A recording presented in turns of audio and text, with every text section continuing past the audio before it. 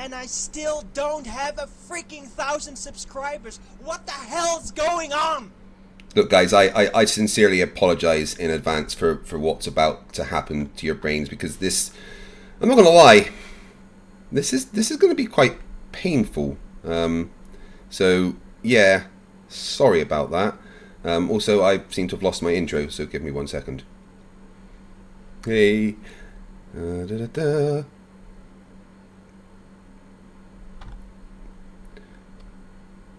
Sorry, my computer has crashed as I've started. Here we go.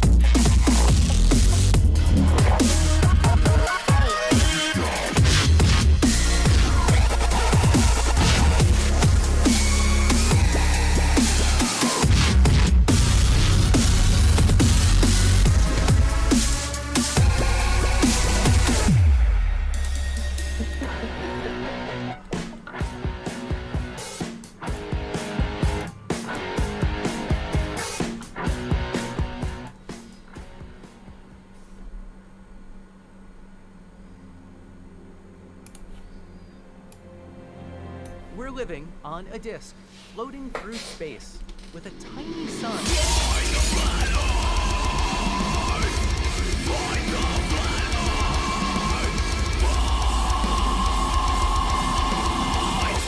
Hey, I'm FTFE, welcome back to the channel that does to stupidity what the new Warhammer 40,000 weapon pack from Modern Warfare 3 does to your opponents.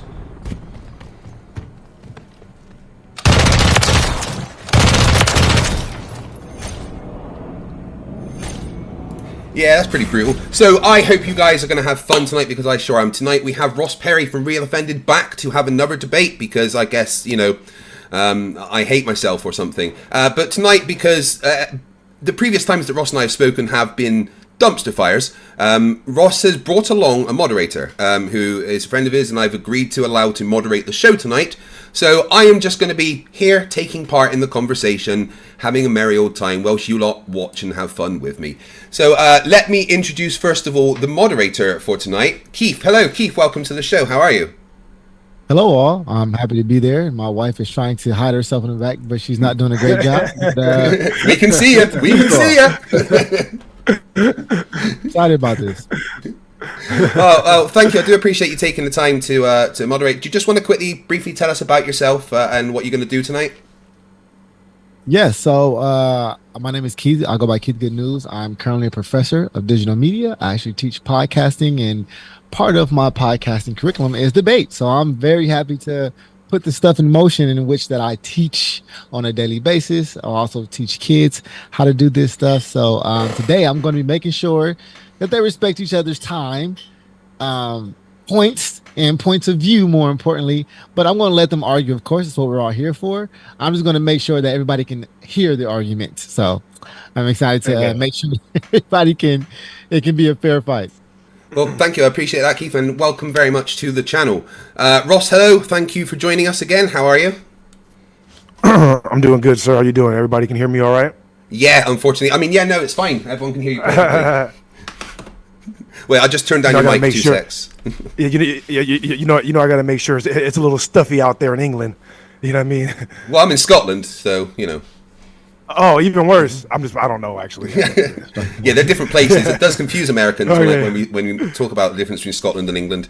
But yeah, so I would tell you right now, I embody the dumb American. You know what I mean? To me, you're all foreigners. yeah, okay then. Not going to argue. So yeah, tonight, basically, like I said to Keith, I'm going to let you kind of run the topics because, you know, I'm sure you've got a lot of stuff that you want to talk about, and I will just be here having a discussion with you. So Keith's going to be running the show. So from this point on, let's let Keith be in charge and decide what happens. So over to you, Keith. Thank you. Yeah, so as we get started, I'm just going to explain to the audience pretty much how this is going to work. I'm going to give them each a time limit that they agree on. So for this first one, we're going to do 5 minutes. If we feel like, hey, we need more or we need to do a round 2 of the same topic, we will do. You guys can let Craig know in the comments or however you want to do it. But I'm just here to make sure that we all agree on what we're doing for each topic. So, Ross, if you can tell me the first topic, or you can jump right into it. Yeah, is it okay if I share my screen really quick? Sure. I can lead us right into the first topic, and I gotta well, it's not enabled, so I'll just get into it then. All right, so you know, as everybody Keith knows, should be able to enable that, just so you know. You should be able to turn it on so you can did? screen share. Okay.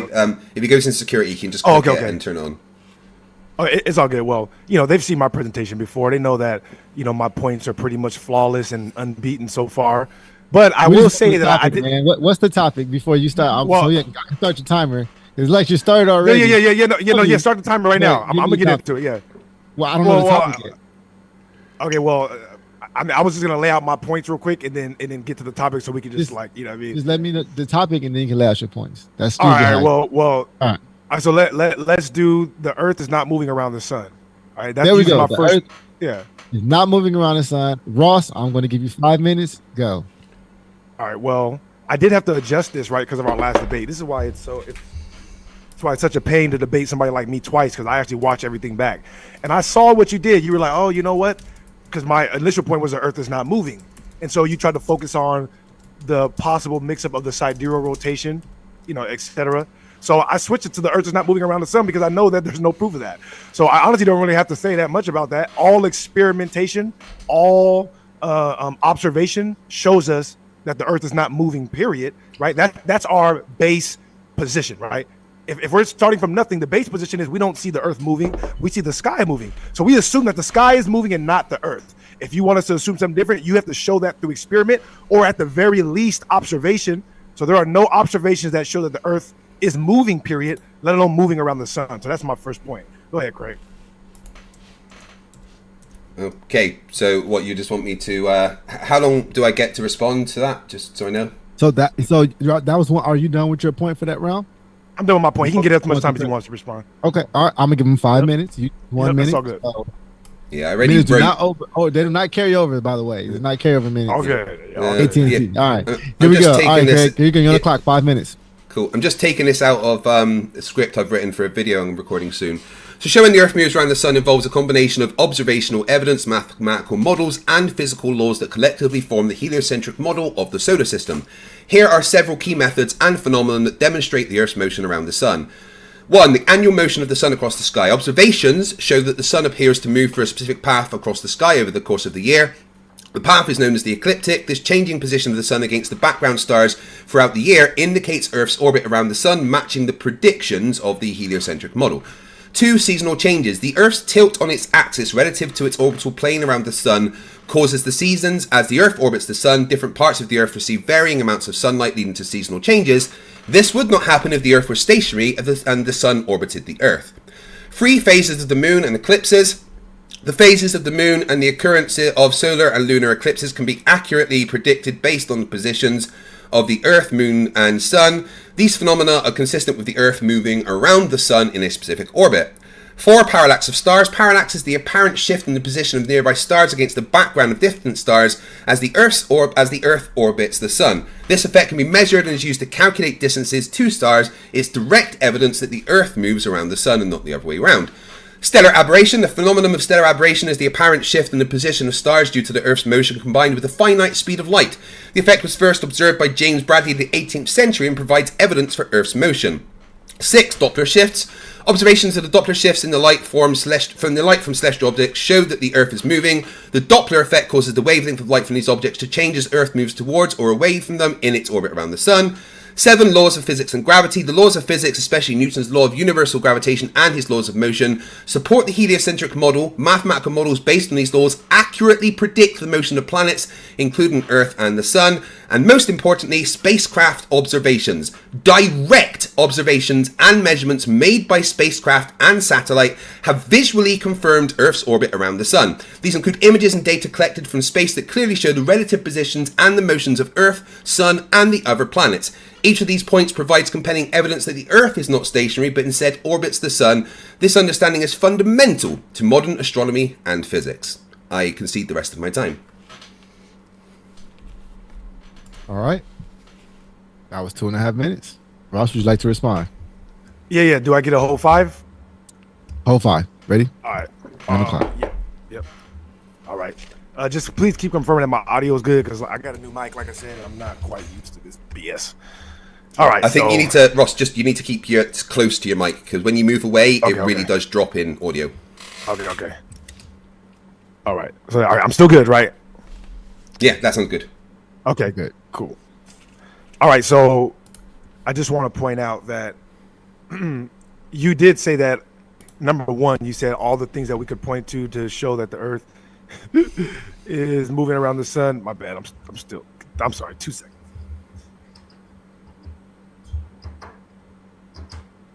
What is he doing?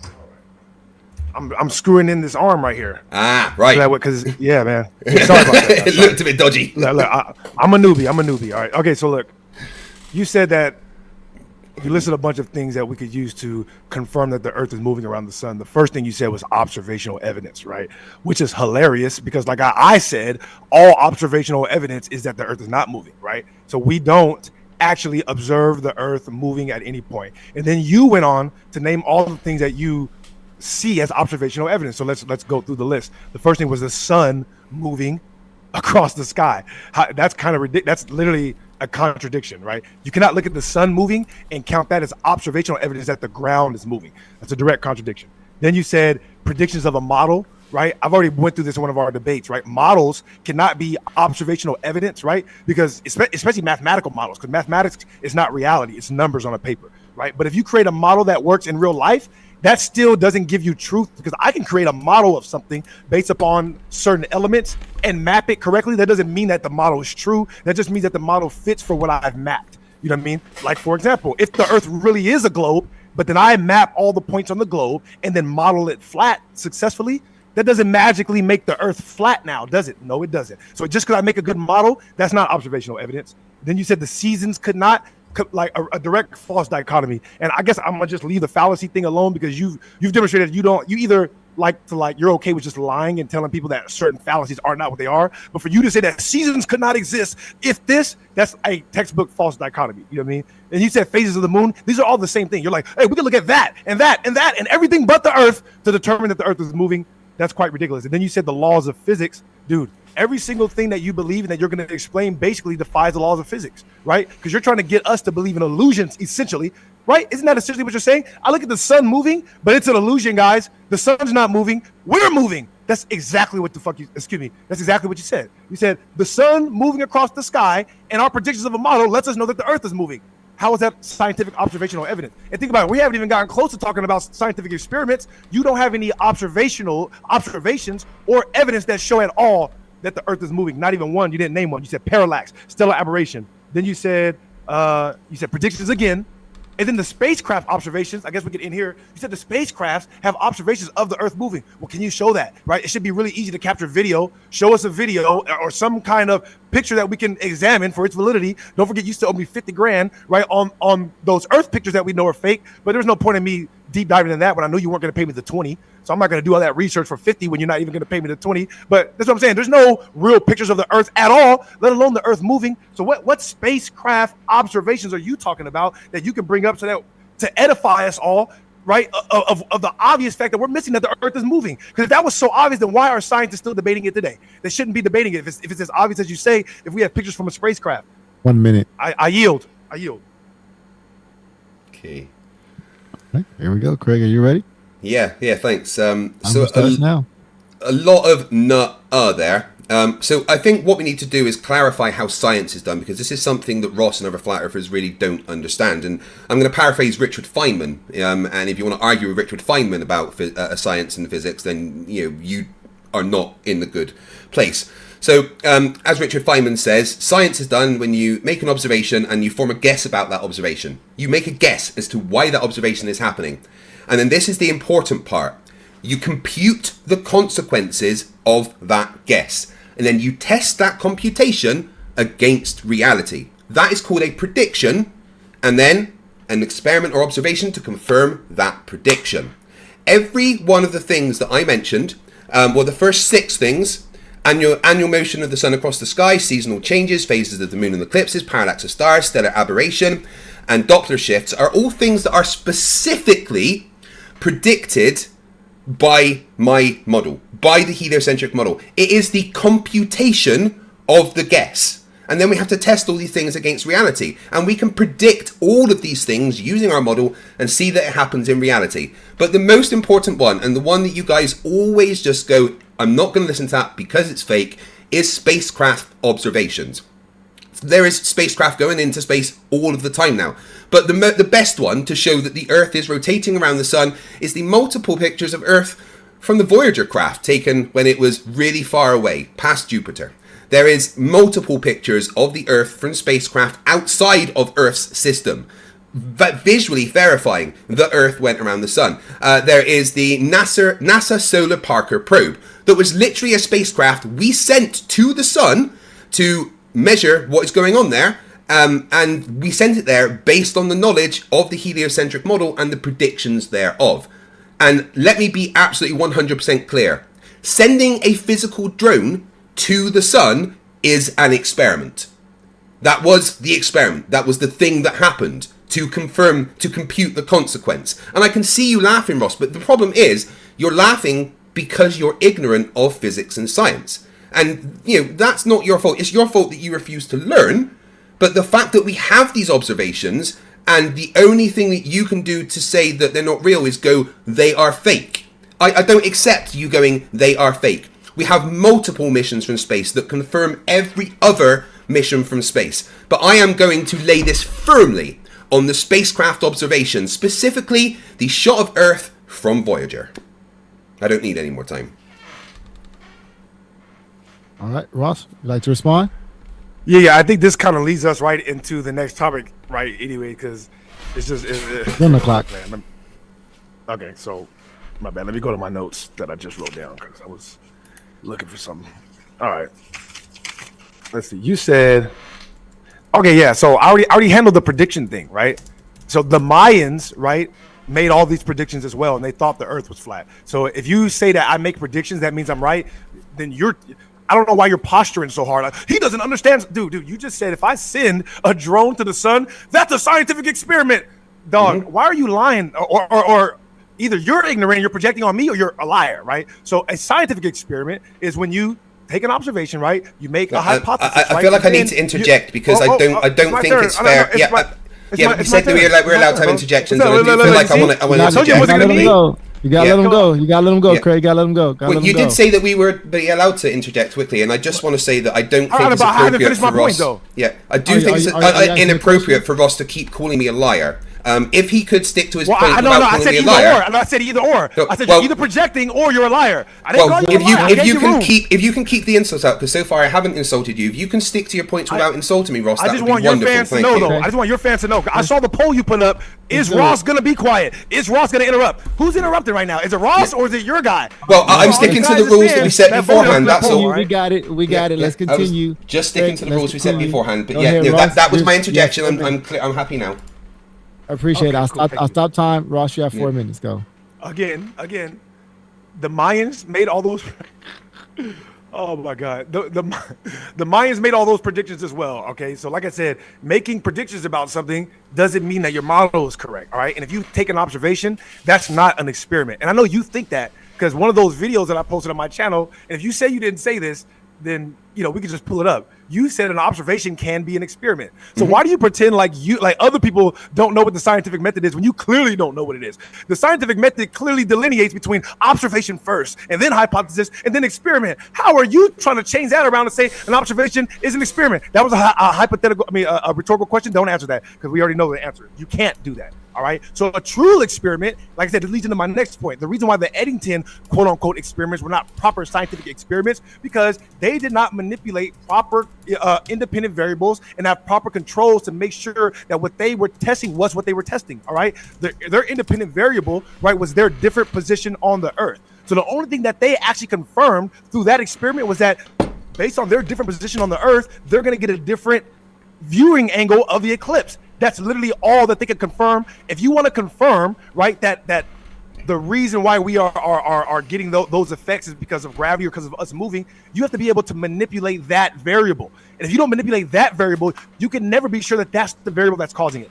This is the scientific method. Stop letting Craig lie to you guys. All right. If he says anything other than once again, please don't call me a liar. I appreciate that. Or he's projecting on me because he doesn't know what the hell he's talking about. A proper scientific experiment has to have independent variables and control variables, period. If you do not have that, it's not a proper scientific experiment. And since you want to quote Richard Feynman, and I was looking for that quote in here, so I'm going to butcher the quote, but I pretty much have it. Richard Feynman pretty much said, in the proper scientific experiment, when you predict a result and you don't get what you predicted, you start over. Maybe that's where you're getting confused as, the whole thing is the predictions. No, buddy, that's just one aspect of what you're doing in the experiment. But he also says that if your results don't come out right, you're supposed to throw it away and start over. That's directly from Richard Feynman. And as you know, right, Richard Feynman also buries you when he talks about the electrical gradient. You know what I mean? So we can get into that after that too, but I can't even believe you ever bring Richard Feynman up in a debate. Oh my God. Oh my God, the Richard Feynman electrical gradient thing is hilarious. Hey, posture all you want. You know that don't work on me. I'm the one. You still have 90 seconds. Okay, yeah. So, like I said, just to address the electrical gradient thing, right? If this is a fact, right? Every pretty much physicist has to agree with this. They're on video. If the Earth was a sphere, right, and an electrical and an electric magnetic grid was forming around it, right? On a sphere, it would look spherical. You know what I mean? It would not be a uniform electric gradient like we have confirmed by, guess who? Richard Feynman. All right, so you know that already. I mean, time. Final point. All right. Craig, you ready to respond? Here we go. Yeah, just before we go on. Wait, Craig. Wait. Yeah, I'm just playing. Just before we go on, as the moderator, could you request that Ross stop calling me a liar? Because I've now counted, and he's now done it 7 times directly, calling me a liar. No, you didn't. You directly said that I'm lying to my audience, right? And I am going to call that out as the poisoning the well fallacy. So if you're unable to converse, that would only be if I'm not explaining Ross, why if you're able, if you're unable, explaining why you're lying, though. Moderator, could you mute for a second? Hold on. I think Ross may need to be muted. I don't know. So if Ross, you're unable to converse like an adult without calling me a liar, then just say so, and we remove the moderator and just have an argument. That's fine, all right? But if you want to have losing already, losing already. See how I get it. Look, it hurts. Craig, I know it hurts. Do you think you can mute him, please, while I'm talking? It hurts, Craig. I know. Yeah. I would say this. Right. I'm gonna say so this. I would just like to finish my point first. Okay. Hold on, because I don't want to start your time yet. I'm gonna do this really quickly. Yes, if he calls you a liar, indeed, I will bring it up. But if he says you're lying about a particular point, that's not necessarily calling you a liar. It's just saying that you're lying about a point. A liar is saying that you're consistent and you're doing it intentionally. Well, so that's what he's saying. In fact, he's directly saying that. I will definitely point that out. With all due respect, this is a lie. Yeah. And I can't necessarily say he's calling you a liar. It's kind of just saying what he feels about a point. So I'm with all due respect. With all due respect, in his monologue there, seven times he directly. You gotta unmute, Craig. Yeah, there you go. You gotta unmute. Yep. So with all due respect, during his monologue there, he directly called me a liar 7 times. He did. No, he did. He did in that monologue. And and he told me that I am lying to my audience. All right. So I'm going to be clear again. If he is unable to act like an adult, I will just remove the moderator, and me and him will have just an argument. Right. But if he's able to converse like an adult, then Greg, we can your have a slip proper is showing, conversation. Greg. Your slip is Ross, showing, Ross, man. I'm talking Your right slip is now. showing, Ross, man. I'm talking right now. Understood. If, I hear you if talking. Ross is, I hear you talking. All right, if Ross, let Ross him is go. able, Craig, if Ross is able to talk 5 like an minutes. adult, then we can continue this conversation. Let's go. Right, Here it's we as go. simple as 5 that. minutes, Okay. Craig. Yeah. So, absolutely, Richard Feynman, when he's talking about electrical gradient, confirms that the Earth is a globe. But more importantly, an observation can absolutely be an experiment when it is set up to collect data a specific way. Let me just get up the thing that I was writing about it, because this is part of my script as well.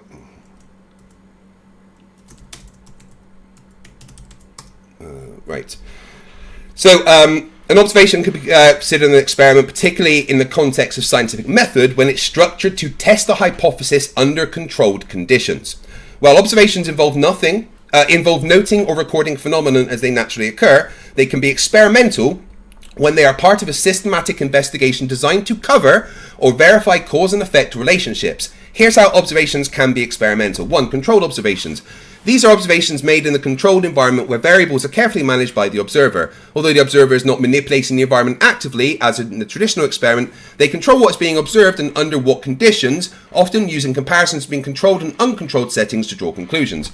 Natural experiments. Natural experiments occur when external circumstances create experimental conditions. For example, observing the effects of natural disaster on an ecosystem recovery can be considered an experiment if the observer uses it to test specific hypotheses about ecological resilience, even though the observer did not create the disaster.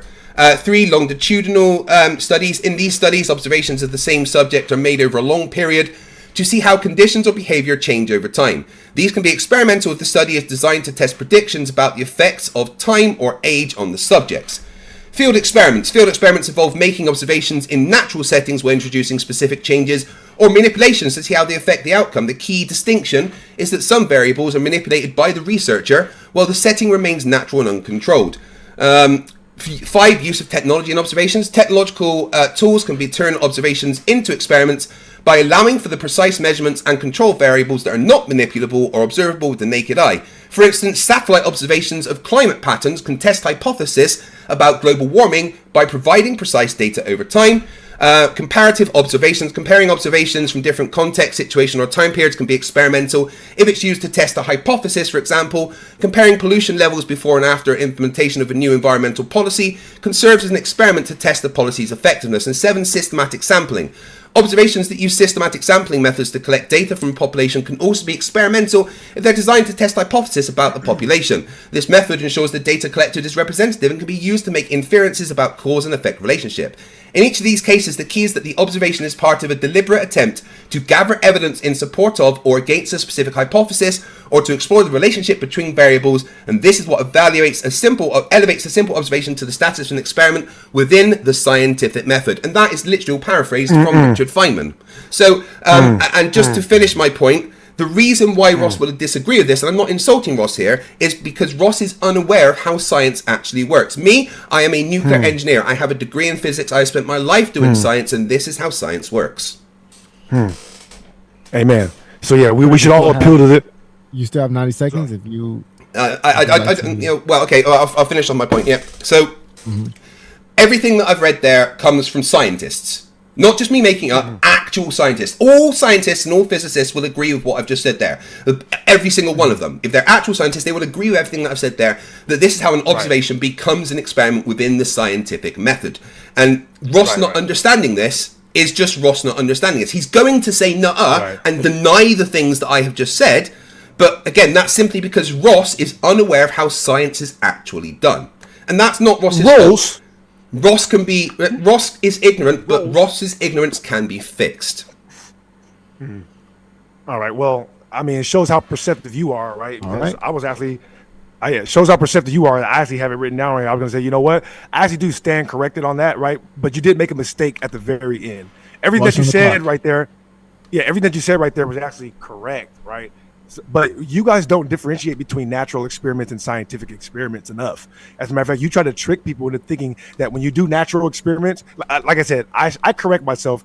Observations can be experiments. Yeah, they can be natural experiments and the other type that you listed there based on certain criteria. But a scientific experiment cannot be observation alone. We all know that. So like I said, I do stand corrected. And what I meant to say was observations alone cannot be scientific experiments. So if I ask you a question like I did last time, hey, what scientific experiments, right, backed up Einstein's theory of relativity, and you use the Eddington experiments, those aren't proper scientific experiments. And it shows that you either are not differentiating enough in your head, or let me not use the L word since you're so damn sensitive about it, or you're maybe being a little dishonest to fit your point. Is that better for you, Craig? No, you're still calling me a liar. I didn't say that you were lying. I said you were ignorant. If you could move away from the insults, that'd be wonderful, Ross. Be an adult. But think about what I'm saying, right? Because ignorant is the same thing as me saying you're being a little bit dishonest because you want to believe what's in your head. They're not the same. Yes, it is the same thing. No, it's not. Will for ignorance. How about that? Will for ignorance. There you go. No, well, I've actually studied these things, and everything I said comes from scientists. I mean, let's continue with your point, Ross.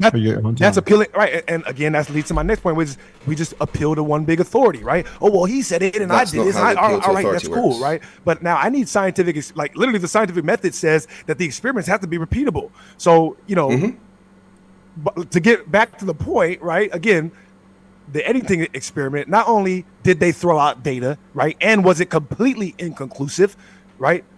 But I can't even believe that you invoked that, right? But even if you did invoke it and it was conclusive, it still isn't a proper scientific experiment that proves the Earth is moving, let alone moving around the sun.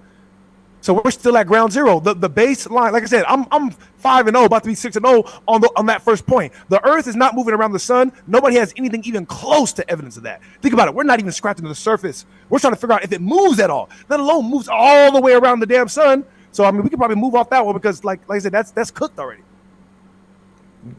It's a cooked turkey. I yield. Still have 3 minutes. Yeah. Yield. Or 2.5. I do. I want to get to the next point. You know. So I'll have some final words on that for a sec then. Really quick, what I'm going to do in this next round, because it seems like most of you don't need the 5 minutes, I'm going to make it 4. And then if we need to extend, we will. So for this next round, it'll be 4 minutes per person. Yeah. So I just want a final thought on that there. So like I said, Ross just ignored everything. Ross ignored everything I said. All of the evidence that I gave, he just dismissed. Said no, it's not evidence of that. He just said, spaceships don't show that when they literally do. We've sent stuff to the sun. That is an experiment. And then he completely ignored everything I said about how an observation can be a scientific experiment according to the scientific method. I literally just read all of the stuff that literally came from scientists, and he went, no, it's not. I disagree. But that's Ross disagreeing not with me, with the entire body of the entire scientific body of the world. And that's not an appeal to authority. Appeal to authority is if I said, well, the king said it's true, therefore it is. No. Going to scientists about science is not an appeal to authority. All right, here we go. We're going to the next round. My bad. I just want to say one last word on that. I'll give you 1 minute to respond. Go. Okay, yeah, my bad. Just 1 minute. All right. Okay, so you don't have, this is my new word for you since you don't like the other word, right? You don't have good comprehension skills, right? You hear stuff and you choose to ignore it in your head, which I guess translates to ignorance for most people, right? So this, when you say I'm ignorant, right? That's what you are, because I literally addressed everything you said about how observation can turn into, I said, I agree with all that, right? But you aren't differentiating properly. And your response to that was, Ross ignored me. So it's like your comprehension skills aren't very good if you think I ignored you when I did directly address you. But you did ignore me because... Craig, do you want 1 minute to respond to that? Yeah, he did ignore me because I didn't say that it has to be both. I said that just an observation can be an experiment. This differentiating between an observation and an experiment. Yeah, I can absolutely differentiate between an observation and an experiment. But within the scientific method, an observation can be an experiment if it is set up to test a prediction, because that is what the scientific method is for. Let me be clear. When we're talking about the schoolyard version of the scientific... If we're talking about the schoolyard version, the scientific method we learned in high school, observation, hypothesis, prediction, experiment, analysis. That's the 5 steps. Okay, what's the next topic? All right, this round will be 4 minutes. Ross, are you ready? Yeah. I'll let you release the topic and then I'll start your time. That was a big loss there, Ross. That's bad for you. Oofed. Wait, I mean, like I said, the posture don't work on me, bro. Like, I mean, this It's is why not I'm that posturing, guy, it's right? just I don't have to come in here and be with it. Like, you can say whatever you want, bro. Let's Like, go. What's the topic? We all What's know the what topic? happened. Give us a topic. Give us a topic. All right. The Earth is obviously the center of the cosmos based on all observational. Because this is right on top of the other one, right? 4 We're not minutes. Join the moving. clock, Ross. All right, yeah. So, I mean, based upon the CMB, right, the cosmic microwave background, it shows that all physicists have to agree that there's no observational evidence that the Earth is moving, and that everything else is not moving around the Earth, right? Based on the cosmic microwave background, the flatness problem, and a whole other load of issues that physicists have when they look out right at the CMB. So let's not pretend like you're not being a science denier, and I'm not on the side of Lawrence Krauss and all the other quote unquote atheists who have to at least admit, even though they don't admit that the Earth is not a globe, they at least have to admit, you know what, we don't have evidence that the Earth is not the center of the cosmos. As far as we know, it looks like everything is moving around us, and so that pendulum, right, experiment you try to bring up, which, like I said, is not a proper scientific experiment because you don't have an independent variable that you can manipulate that proves that it's the Earth moving, right? It could be one of two things. It could be the Earth moving, or it could be the Machian principle acting on the Earth because of the sidereal rotation of the stars. Oh, guess what? Which we actually do see, right? We do see the stars moving around. So for you to claim that there's any evidence that goes against that, it's completely ridiculous. And you're like literally a science denier, or you're just willfully ignorant, right? Or you don't have good comprehension skills. Let's go with that, all right? And just because you have a degree doesn't mean anything. A lot of dumb people have degrees and do jobs. That doesn't mean that they know anything about what we're talking about right now. You have to demonstrate through observation and experiment what you're saying, all right? You said that there are pictures, from the spaceships. I asked you to bring them up. Where are the pictures from the spaceships? Bring up the pictures from the spaceships. Bring up some video. It should be like they're up there all day. They should be snapping HD 40, 400, 4,000, whatever the highest footage we have. They should be able to snap it all day. Right? If we can videotape the moon all the way from right here with a Nikon camera, then how come they can't videotape the Earth from up there? You know why? Because from where? They're not up there. That's why. From where? Sorry. Well, is my time done, or do I still got a few more seconds? Yeah, I still got 2 minutes. Yeah, I didn't know what you meant. From where? When you said from up, where they can take photos from where? What do you mean? I mean, you're saying wherever the spaceships are, you're saying they have pictures. If they're up there, they should be able to do it. All right. Moving on, though. Right. Moving on. Like I said. Because of the Machian principle, right, which is agreed upon by all the people that you're invoking for all of these non-scientific theories anyway, right? Yeah, the Machian principle would translate a motion that would precess the pendulum, all right? And guess what? So if we have those two options, right? Okay, so if we match that up with all other observational evidence, right? Because that's what you said we use to see whether or not the Earth. What does all other observational evidence tell us? Well, let's look at the CMB. It looks like we're in the middle, right? And we're not moving. And not only we're not moving, it looks like we're also not tilted, because that 23 point whatever degree tilt we have extends far past the Earth and the solar system all the way to the ends of the CMB. So it's not proof, but it's at least stronger evidence for the side that the Earth is not moving and it's not in the center. So if you have some evidence, observational or otherwise, that shows that the Earth is moving, I would like to see it. And again, right, you can't say that I observed the sun. You can't say I observed the sun. So now that is observational evidence enough to make a hypothesis about the Earth. All right, that's not scientific. If you want to make a hypothesis about the Earth, you have to observe something on the Earth, not in the sky. All right. That time. 30 seconds. All right. Yeah. Greg? Well, number one, I'm gonna demand a citation that says we cannot use things in the sky and we have to use things on Earth. I will absolutely 100% demand a citation for that. Demand. Yes, I will absolutely demand a citation for that. So what I'm talking, if you could go and look for your citation that you're not allowed to use things up there and you have to use things on Earth. I also, I've already told you the spacecraft observations. There's lots and lots of pictures. You just went, there isn't, when I've already told you there is. So I don't know what you're talking about. Pull up what? Hundreds of pictures of Earth from space. Do you really want me to do that? Not hundreds, just pull up one. Okay. Pull up one, send it to me. Hey, pull up one, and then I'll examine it, and we'll find out if it's real or fake. And what are your qualifications for examining it, Ross? I'll send it to a professional. There you go. What professional? I can't call a professional and pay them money to examine the picture for me. Yeah. What professional? Look at you. Who would you? All right. Well, I'll tell you what. You're ridiculous, Craig. Tell you Give what, him his take, time, Ross. Give him his time, Ross. tell you what, Ross, take the 1972 Blue Marble, take it with the Hasselblad camera. Please take that to a professional. There we go. That's one. So cosmic microwave. I am, but because that The you owe me cosmic 100 grand microwave for that, background, remember? the cosmic You bet 100 grand microwave, on the that. cosmic microwave background radiation is often misinterpreted as implying that we are in the center of the universe, but this is a misunderstanding of what the CMB actually reveals about the structure and history of the universe. The CMB is the afterglow radiation from the Big Bang that fills the entire universe. It's remarkably uniform in all directions, but also contains tiny fluctuations at the seeds of current structures in the universe. The uniformity and pattern of fluctuation in the CMB provides strong evidence for the Big Bang. The observation of the CMB is almost the same in every direction, might suggest at first glance that we are the center of the universe. However, this interpretation misunderstands the nature of the universe's expansion.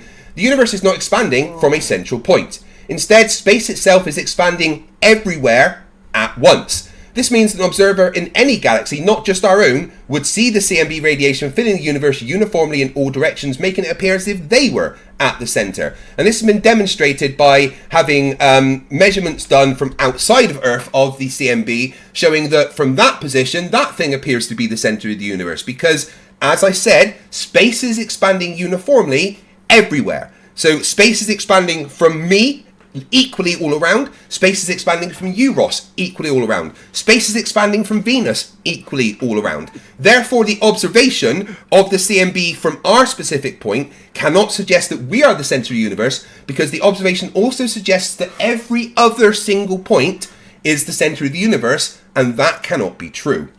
So yeah, what else did you say? Then you started just going on about the pendulum. What was it? The Machian principle. The Machian principle, yeah. Machian principle. No, not all physicists agree. Number one, it's literally just a thought experiment. That is it.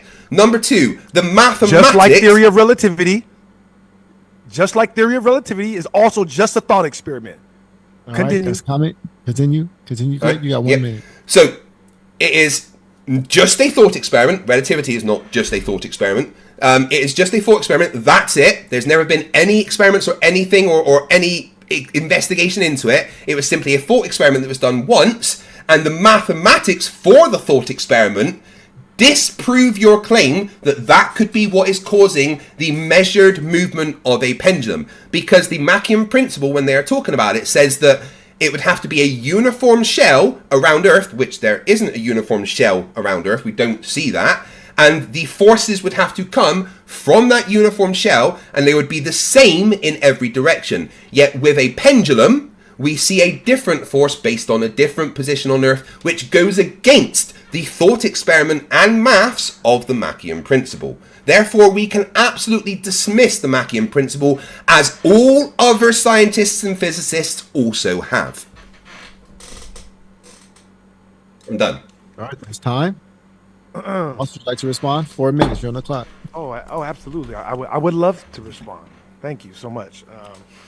Okay, so first of all, the cosmic microwave background, right? So we take measurements from Earth, right? And the measurements that we take show that it looks like we're in the center. All right. Mm-hmm. Now, you saying that, well, those measurements only look like that because it would look like that everywhere is a speculation. You know No, why? it's evidential. Because you haven't taken any measurements, right? And then when you say that, oh yeah, they actually have sent stuff up there, and then they took the measurements from there.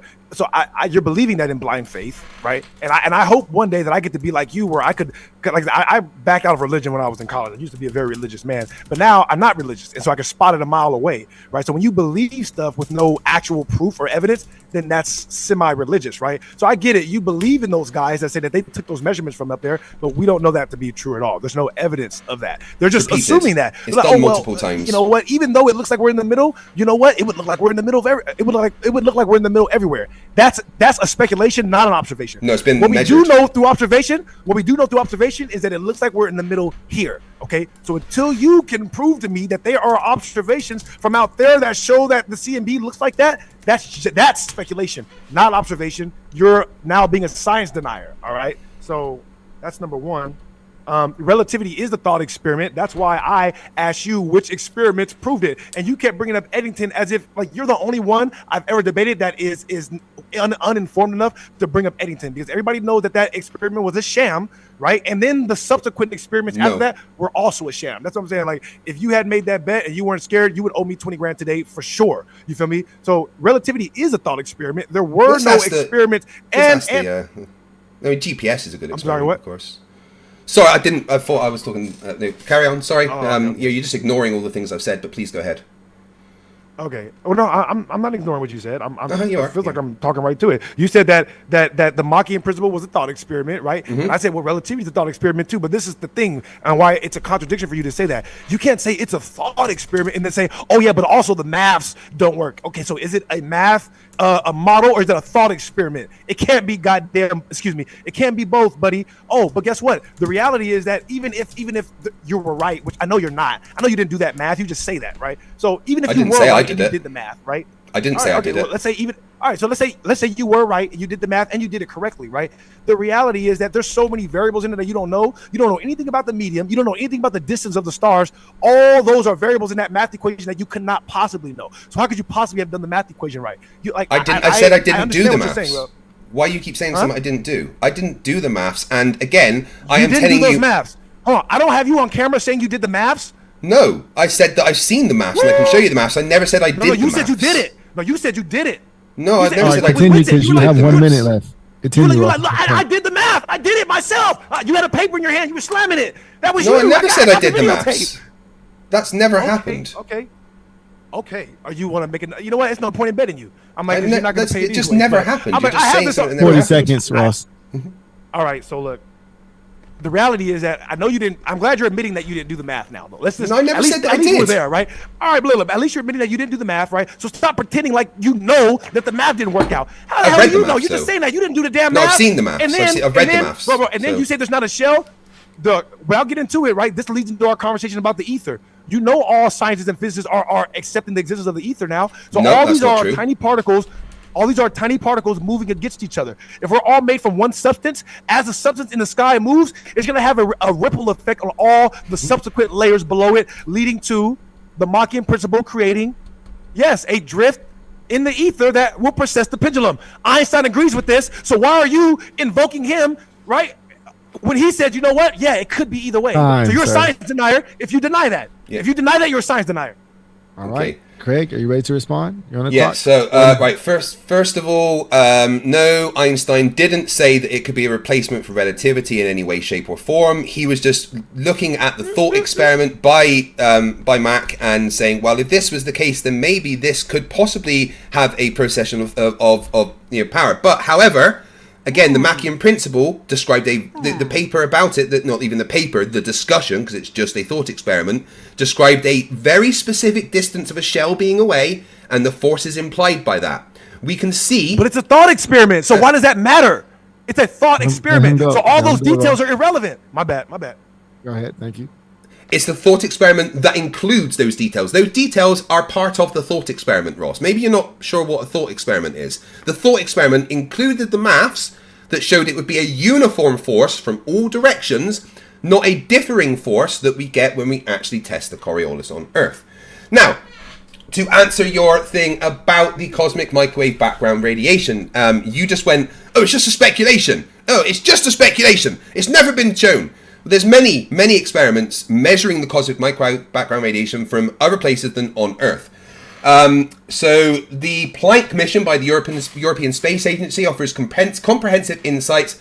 The Planck satellite was designed to observe the universe at wavelengths between 0.3 millimeters and 11.1 millimeters, covering far infrared, microwave, and high-frequency radio domains. Its primary goal was to study the CMB across the whole sky with greater sensitivity and resolution than ever before. The mission determined that from the position of the satellite, it appeared as though the CMB was equally around it in all directions, and they compared that to direct observations taken on Earth, which also showed the same thing, which verified the prediction of Einstein's relativity that space would be expanding in all directions at the same time. that is actually the tests of the CMB are actually an experiment that validates Einstein's predictions with relativity. Relativity is not just a thought experiment. Relativity is something that we base our current lives on. We base our technology on it. The GPS that we use is based on relativity. What? Relativity is literally something that the world uses in real time. The fact that you and I are talking through a computer right now is thanks to our knowledge of relativity. And this is just the Nobody fact. believes this. Everyone believes it. It's the thing. And you Hell keep saying, no. you keep saying all scientists and physicists say this. No, you're wrong. All scientists and physicists disagree with you. All scientists and physicists know that there is no such thing as the ether. It was dismissed. Specifically, All scientists. Okay. specifically, Okay. if we're talking about the luminiferous ether, they have in recent years developed new different ether theories, which are just another way of describing space-time. It sounds like I'm you're talking. you're backtracking now. Do they acknowledge an ether? Could I finish my? Let him go. Could I finish my Let him point, go. Ross? Could I finish my point? Is that right, Ross? Yep. Sorry about so- that. Sorry about that. Yeah, You got yeah. 1 minute, Craig. Yeah. So, the observations are all actually disagreeing with you. And also, all real scientists and physicists, well, maybe there's a 0.1% that disagree. But if we're talking about the majority of scientists and physicists, as in more than 99%, they agree with me and not you. And that is factual. The Machian principle does not in any way, shape, or form explain the exact forces that we get from a pendulum, which is a prediction of the Earth rotating. That's it. Prediction, experiment, a test against reality works. Interesting. Is it? All right, how long do I have now on this one? You have 4 minutes. You're on the clock. All right, so let's deal with the ether, just because to me this is where like the rubber hits the road. Like all that other stuff is just like babble. Like I said, because none of it is proof either way. In the midst of all this, my points are still ironclad, right? We still have no proof that the Earth is moving around the sun, and there still is no observational evidence at all that the Earth is moving, right? Based upon, like I said, the CMB. Your only excuse for that is, yes, it does. Yes, Ross, I agree with you. However, it would look like that anywhere. Okay, but the bottom line is I'm right. All right. So let me quote. This is Saunders H.R. Brown from The Philosophy of a Vacuum. Today's vacuum, right, can be equal to a rich physical medium, right? General theory of a vacuum is today's theory of everything, right? A toe, right? Appropriately called an ether. Okay, so that was. Yeah, again, right? that's So not this is somebody else luminescence now. ether, though. Oh no, It's I'm not different. done. This is my time. This is somebody else now, right? So this is Nikola Tesla, right? The person that invented all of our modern inventions today No, do he not didn't. rely on relativity. They rely on what Nikola Tesla was working on and did. No, yes, no, this is my the God, no. fact. No, this is It's the not. fact You're just that making all that up. modern light. This is a fact that all modern light and sound come from the works of Nikola Tesla, and he No, they don't. he said, oh, excuse me, Craig, don't interrupt Nikola Tesla. I'm reading the Bible right now. He says Oh, my all God. perceptible matter. Nikola Tesla, the guy who invented the way lights we have today, right? Okay. He says all perceptible matter comes from a primary substance. Oh, my bad. This is a quote. So, quote, all perceptible matter comes from a primary substance or tenuity beyond conception, filling all space. The akasha or luminiferous ether, which is acted upon by the life-giving prana or creative force calling into existence in never-ending cycles all things and phenomena, unquote. Don't interrupt, Craig. I am not done. It is still I didn't my say time. anything. Let's see. I know. I just wanted to stop you before. I just wanted to, because I felt it coming. You know what I mean? No, you're just being weird.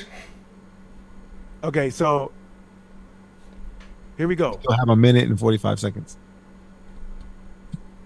Okay. Oh, here's another Tesla. If you wish to understand the universe, think of energy, frequency, and vibration.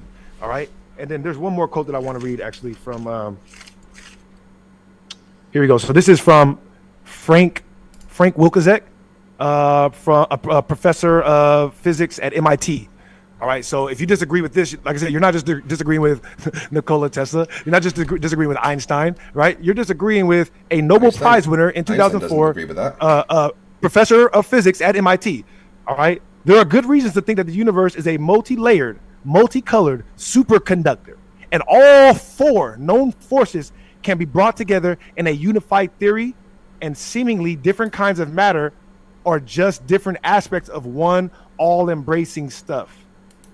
Okay, so this is from likeness of Yeah, being that's just saying a thing, mass yeah. ether. Yeah, okay, so these are several different physicists, and I can keep going if you want. Like, I got video on top, hours of footage of different physicists saying, you know what, in the large hadron colliders, it's easier for Hadron. our mathematics if we break all known substances down to one seconds. substance, right? Billions of calculations can basically be simplified down to one or two when we basically look at everything as a quote unquote ether or electric field, or everything is basically the same or different modalities of the same substance. So whatever words you want to put to it, that's what it is. So all physicists, for the most part, agree with this.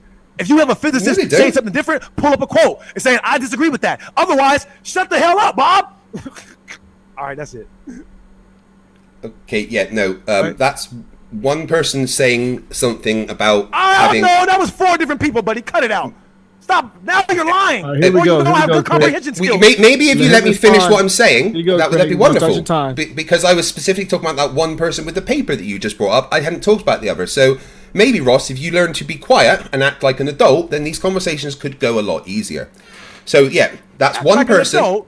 Okay, Craig, my bad. I'm sorry. I'll try. Yeah, so there we go. That's one person saying something today that is basically going, well, we could possibly maybe have a theory of everything that might include an ether. But we don't.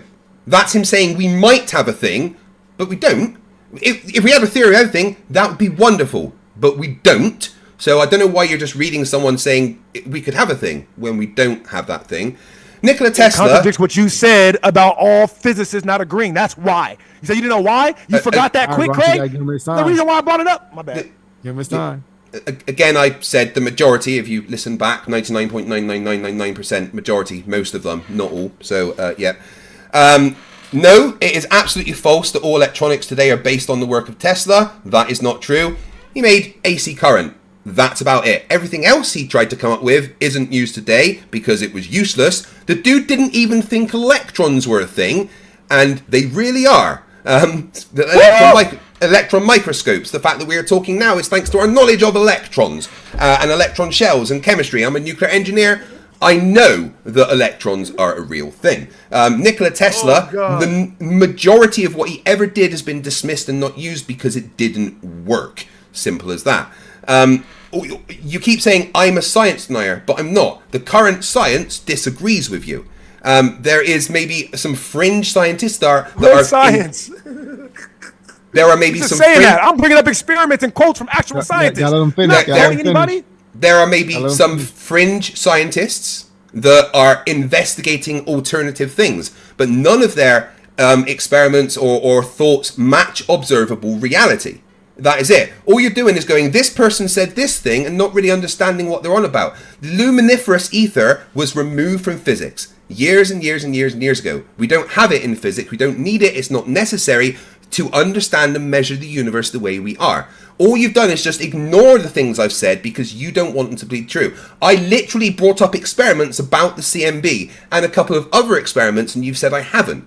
So all you're doing, Ross, is saying that I haven't done a thing, calling me a liar when I'm directly doing the thing that you're saying that I'm not doing, and then you just ignore the things that I say, especially about the Machian principle, which there is no mathematical model or explanation or anything of the Machian principle that would explain the precession of a pendulum in any way, shape, or form. It does not exist. It was just a thought experiment. Relativity is not. Hey, I said you disagree with Einstein in science. That's fine, but All right, I heard you Craig, said are you the done? electron. I you don't done, disagree. Craig? No, I have don't one disagree more with Einstein.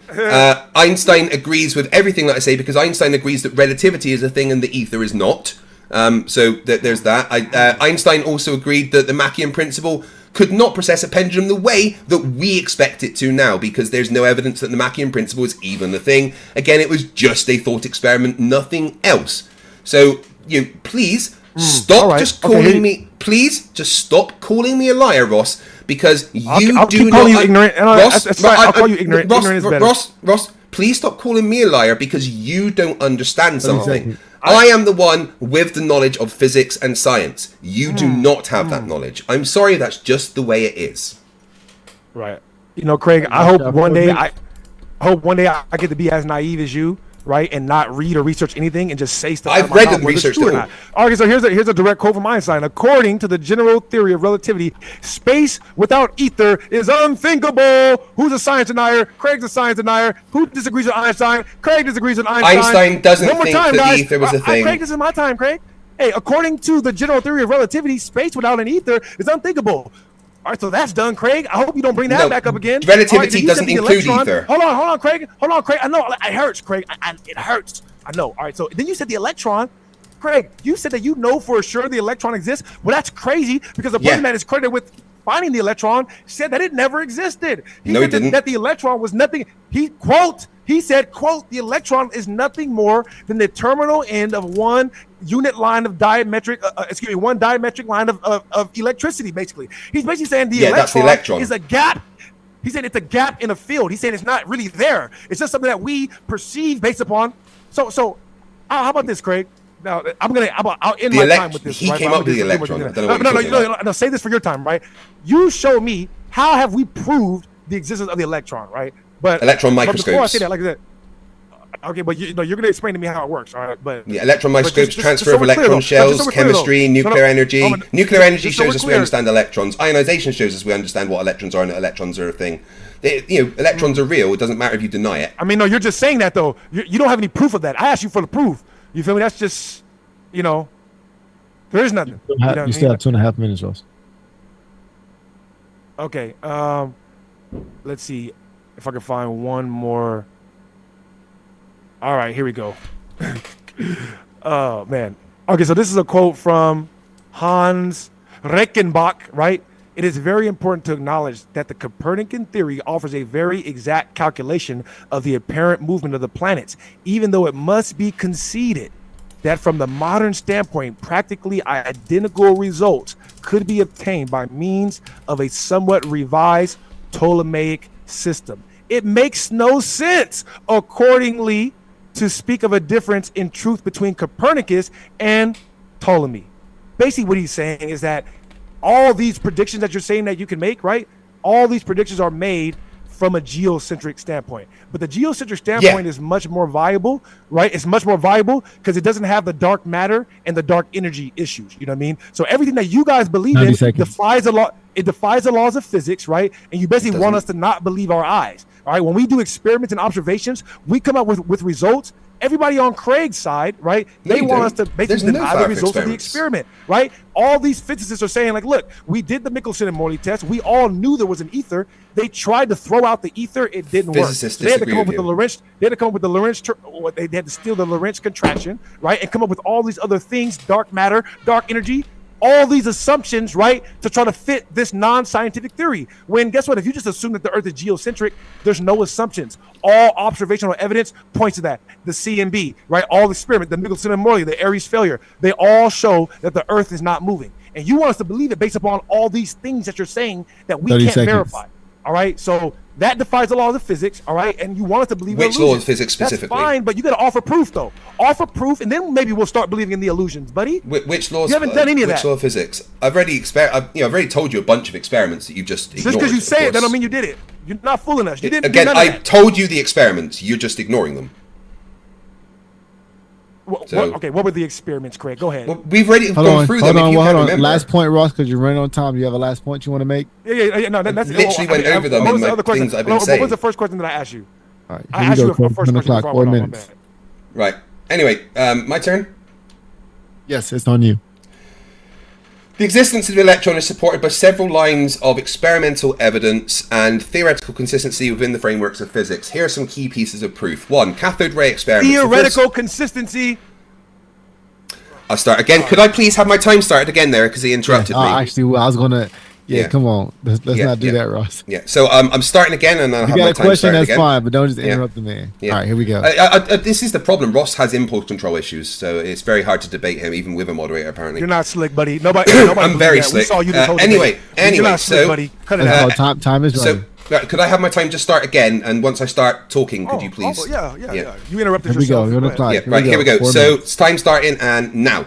The existence of the electron is supported by several lines of experimental evidence and theoretical consistency within the framework of physics. Here are some key pieces of proof. Cathode ray experiments. The first solid evidence for electron came from experiments with cathode rays in the late 19th century.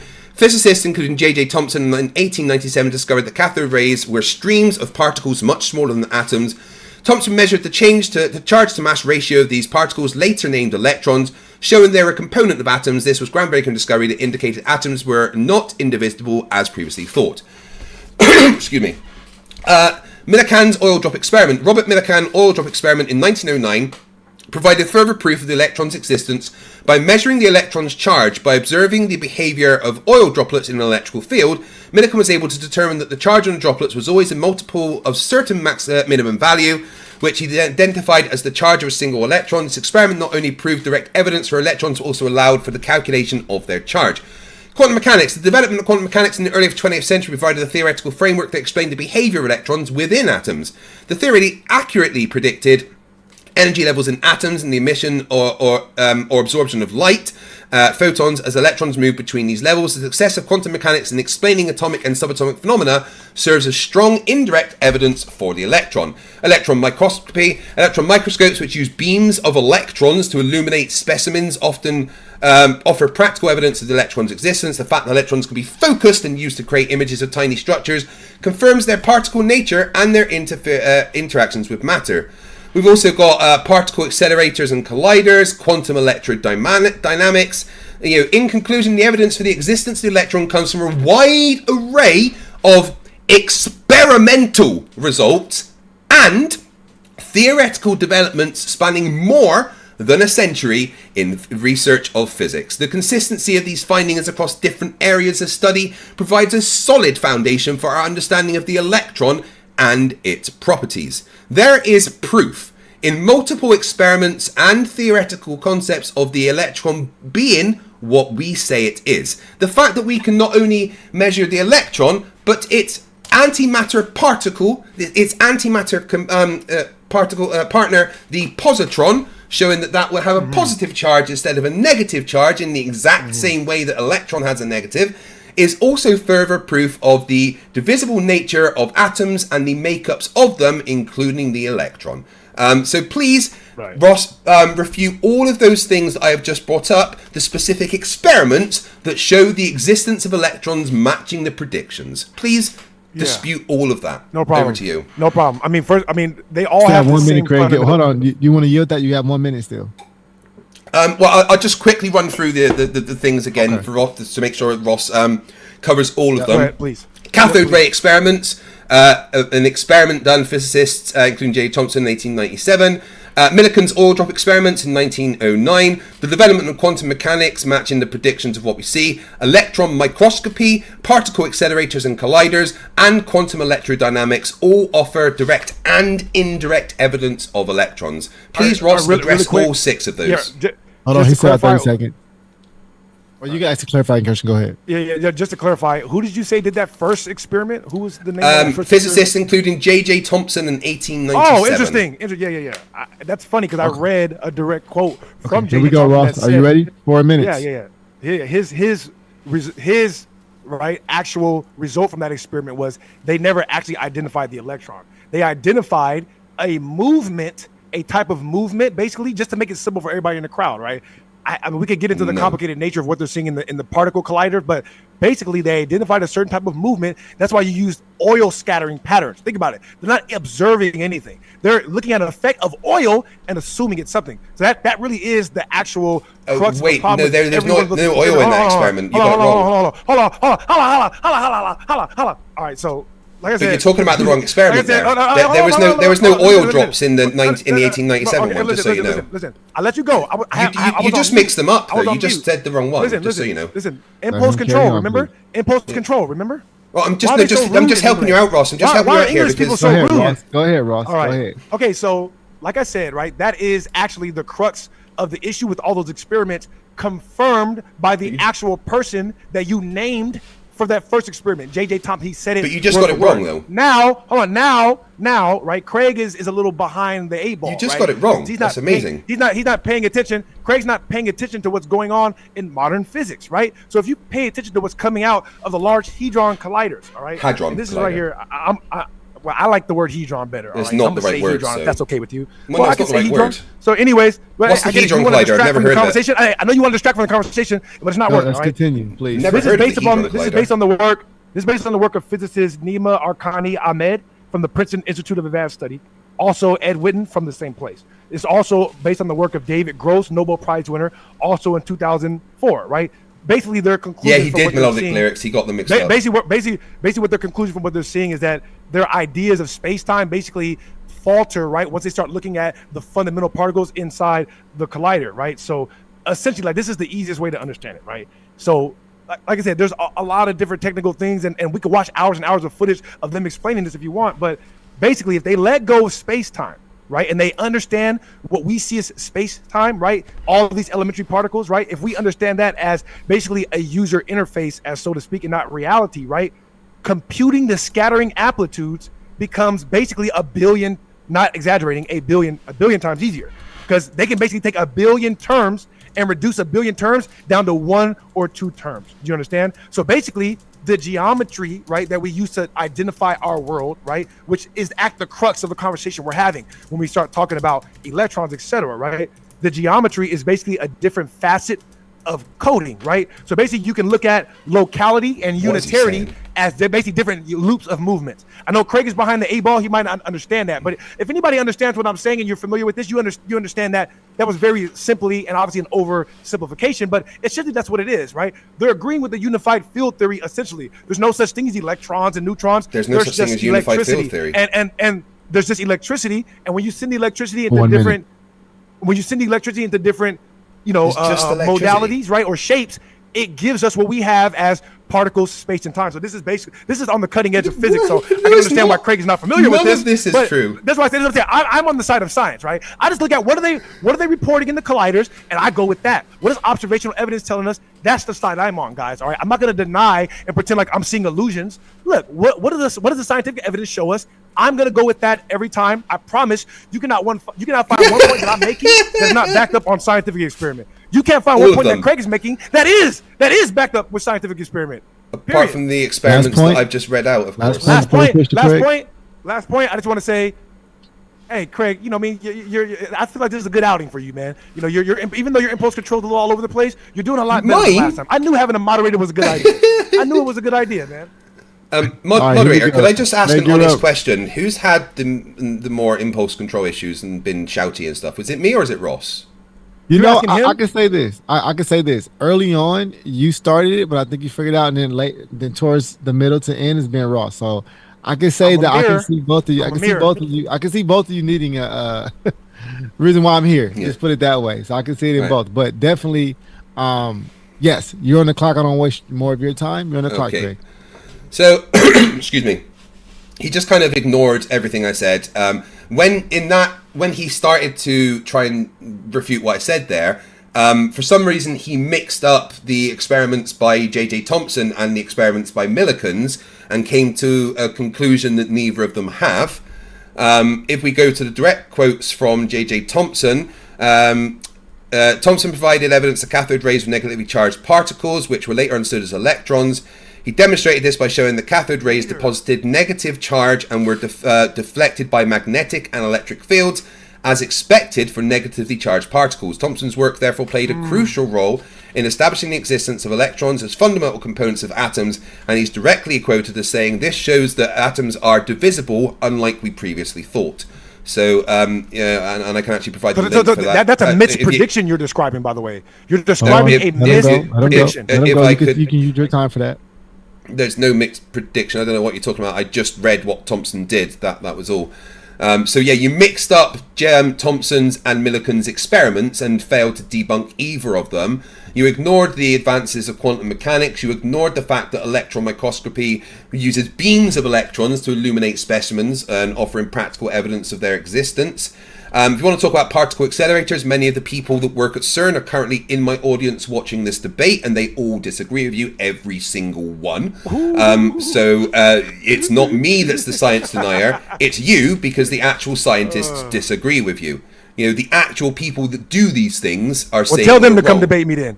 Tell them to come debate me on it. They wouldn't waste their time with someone who's no idea what they're talking about. You also ignored they won't. quantum I bet they won't. You also ignored quantum electrodynamics. The relativistic quantum field theory of electrodynamics offers not only a theoretical framework for understanding the interaction between light and matter, but also has been tested to an extremely high degree of accuracy.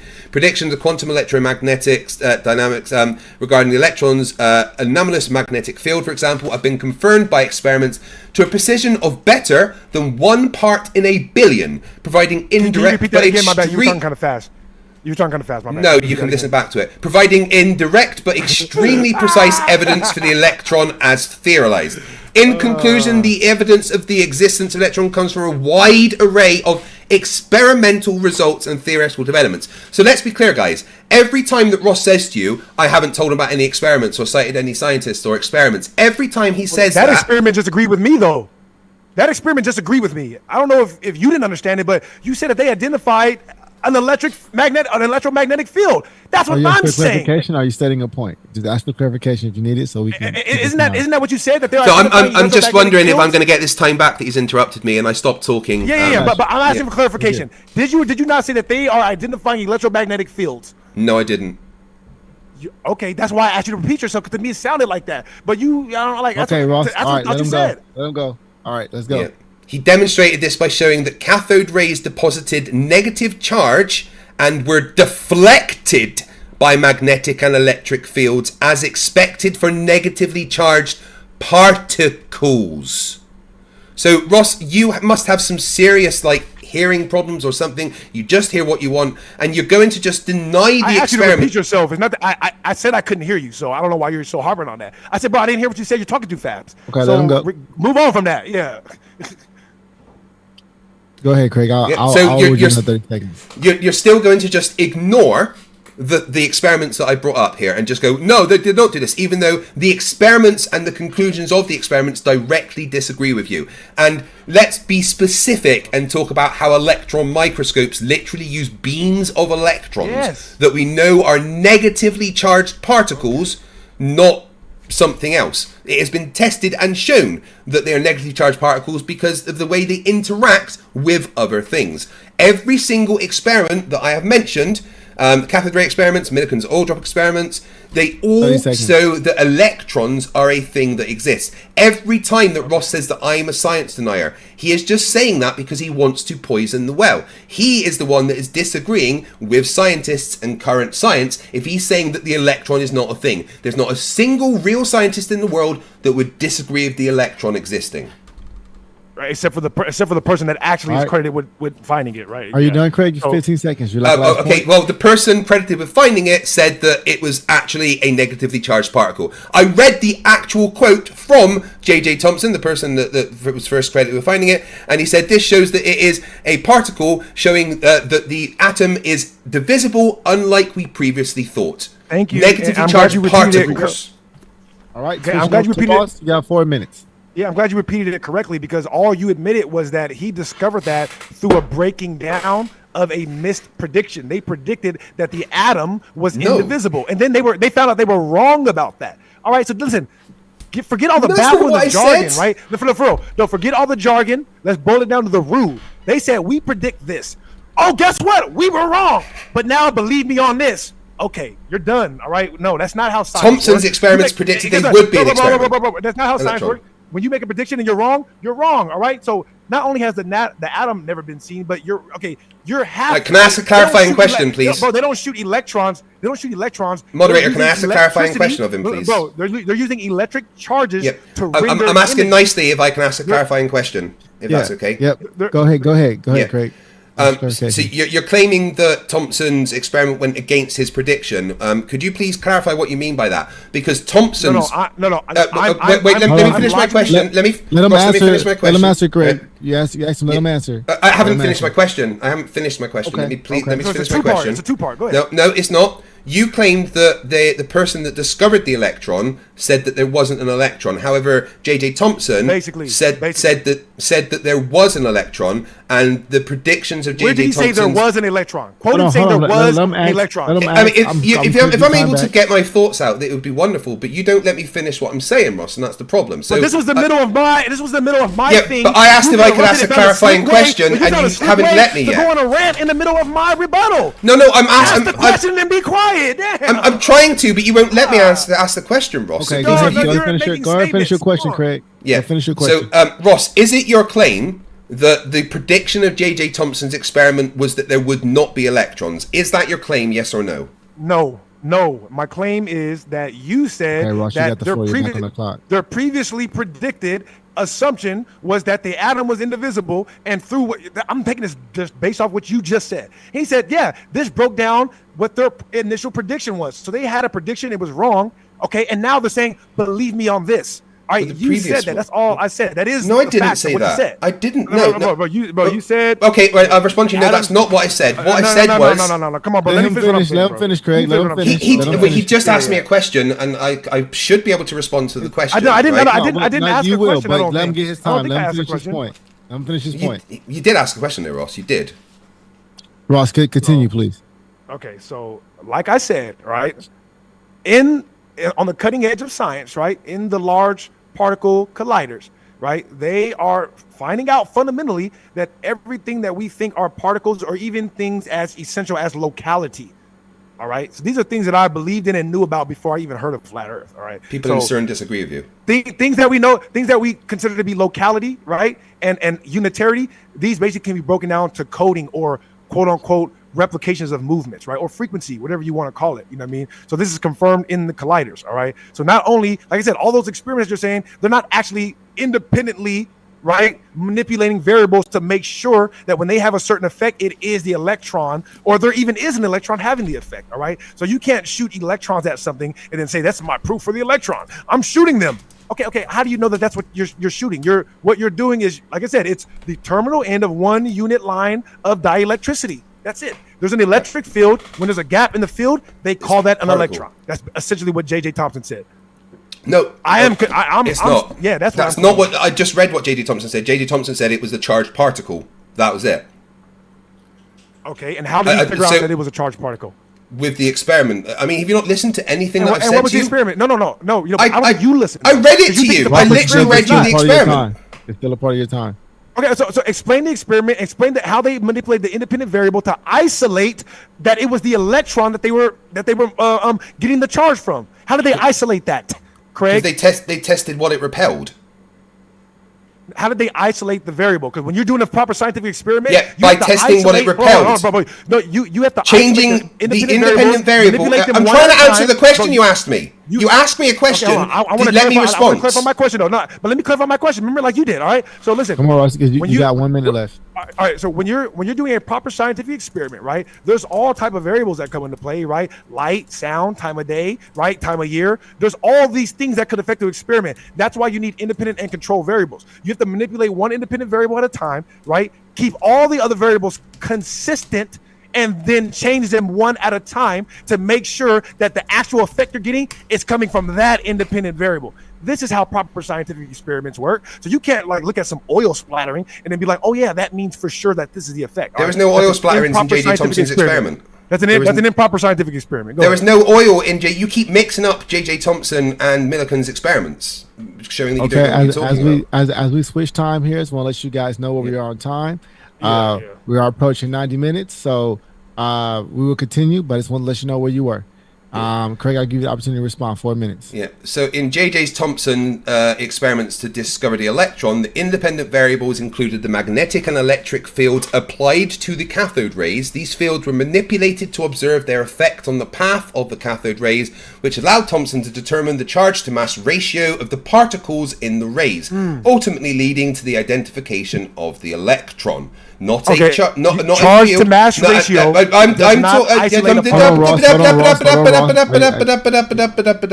Unless you want clarification, just let them continue. These again, I'll read it again. These fields were manipulated to observe their effects on the path of the cathode rays, which allowed Thomson to determine the charge to mass ratio of the particles in the rays. That meant that he could literally, based on the size of the particles, determine what their charge was. A negative charge matching the predictions of there being an electron. And I just want to quickly touch on what you were saying about how, they just, they were wrong about the other things. So, Science is a progression, all right? We used to think that the atom was all there was until we got better equipment and looked further and figured out that there might be something else, and then we made a prediction, and then we tested that prediction to see if the electron is real.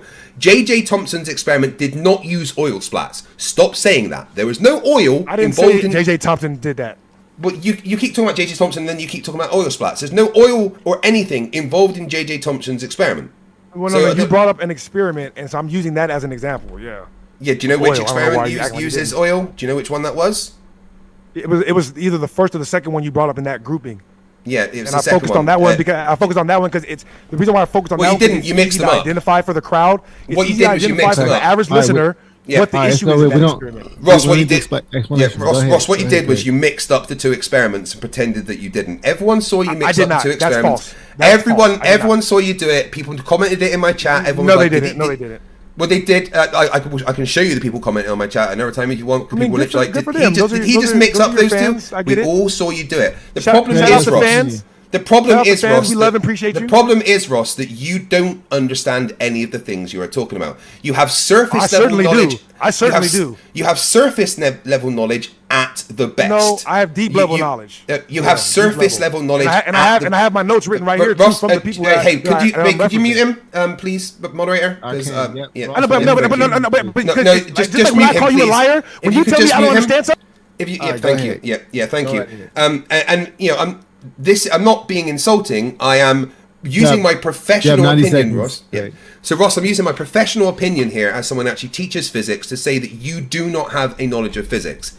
That's not an insult. It is a fact. You, Ross, would not pass a high school level physics paper.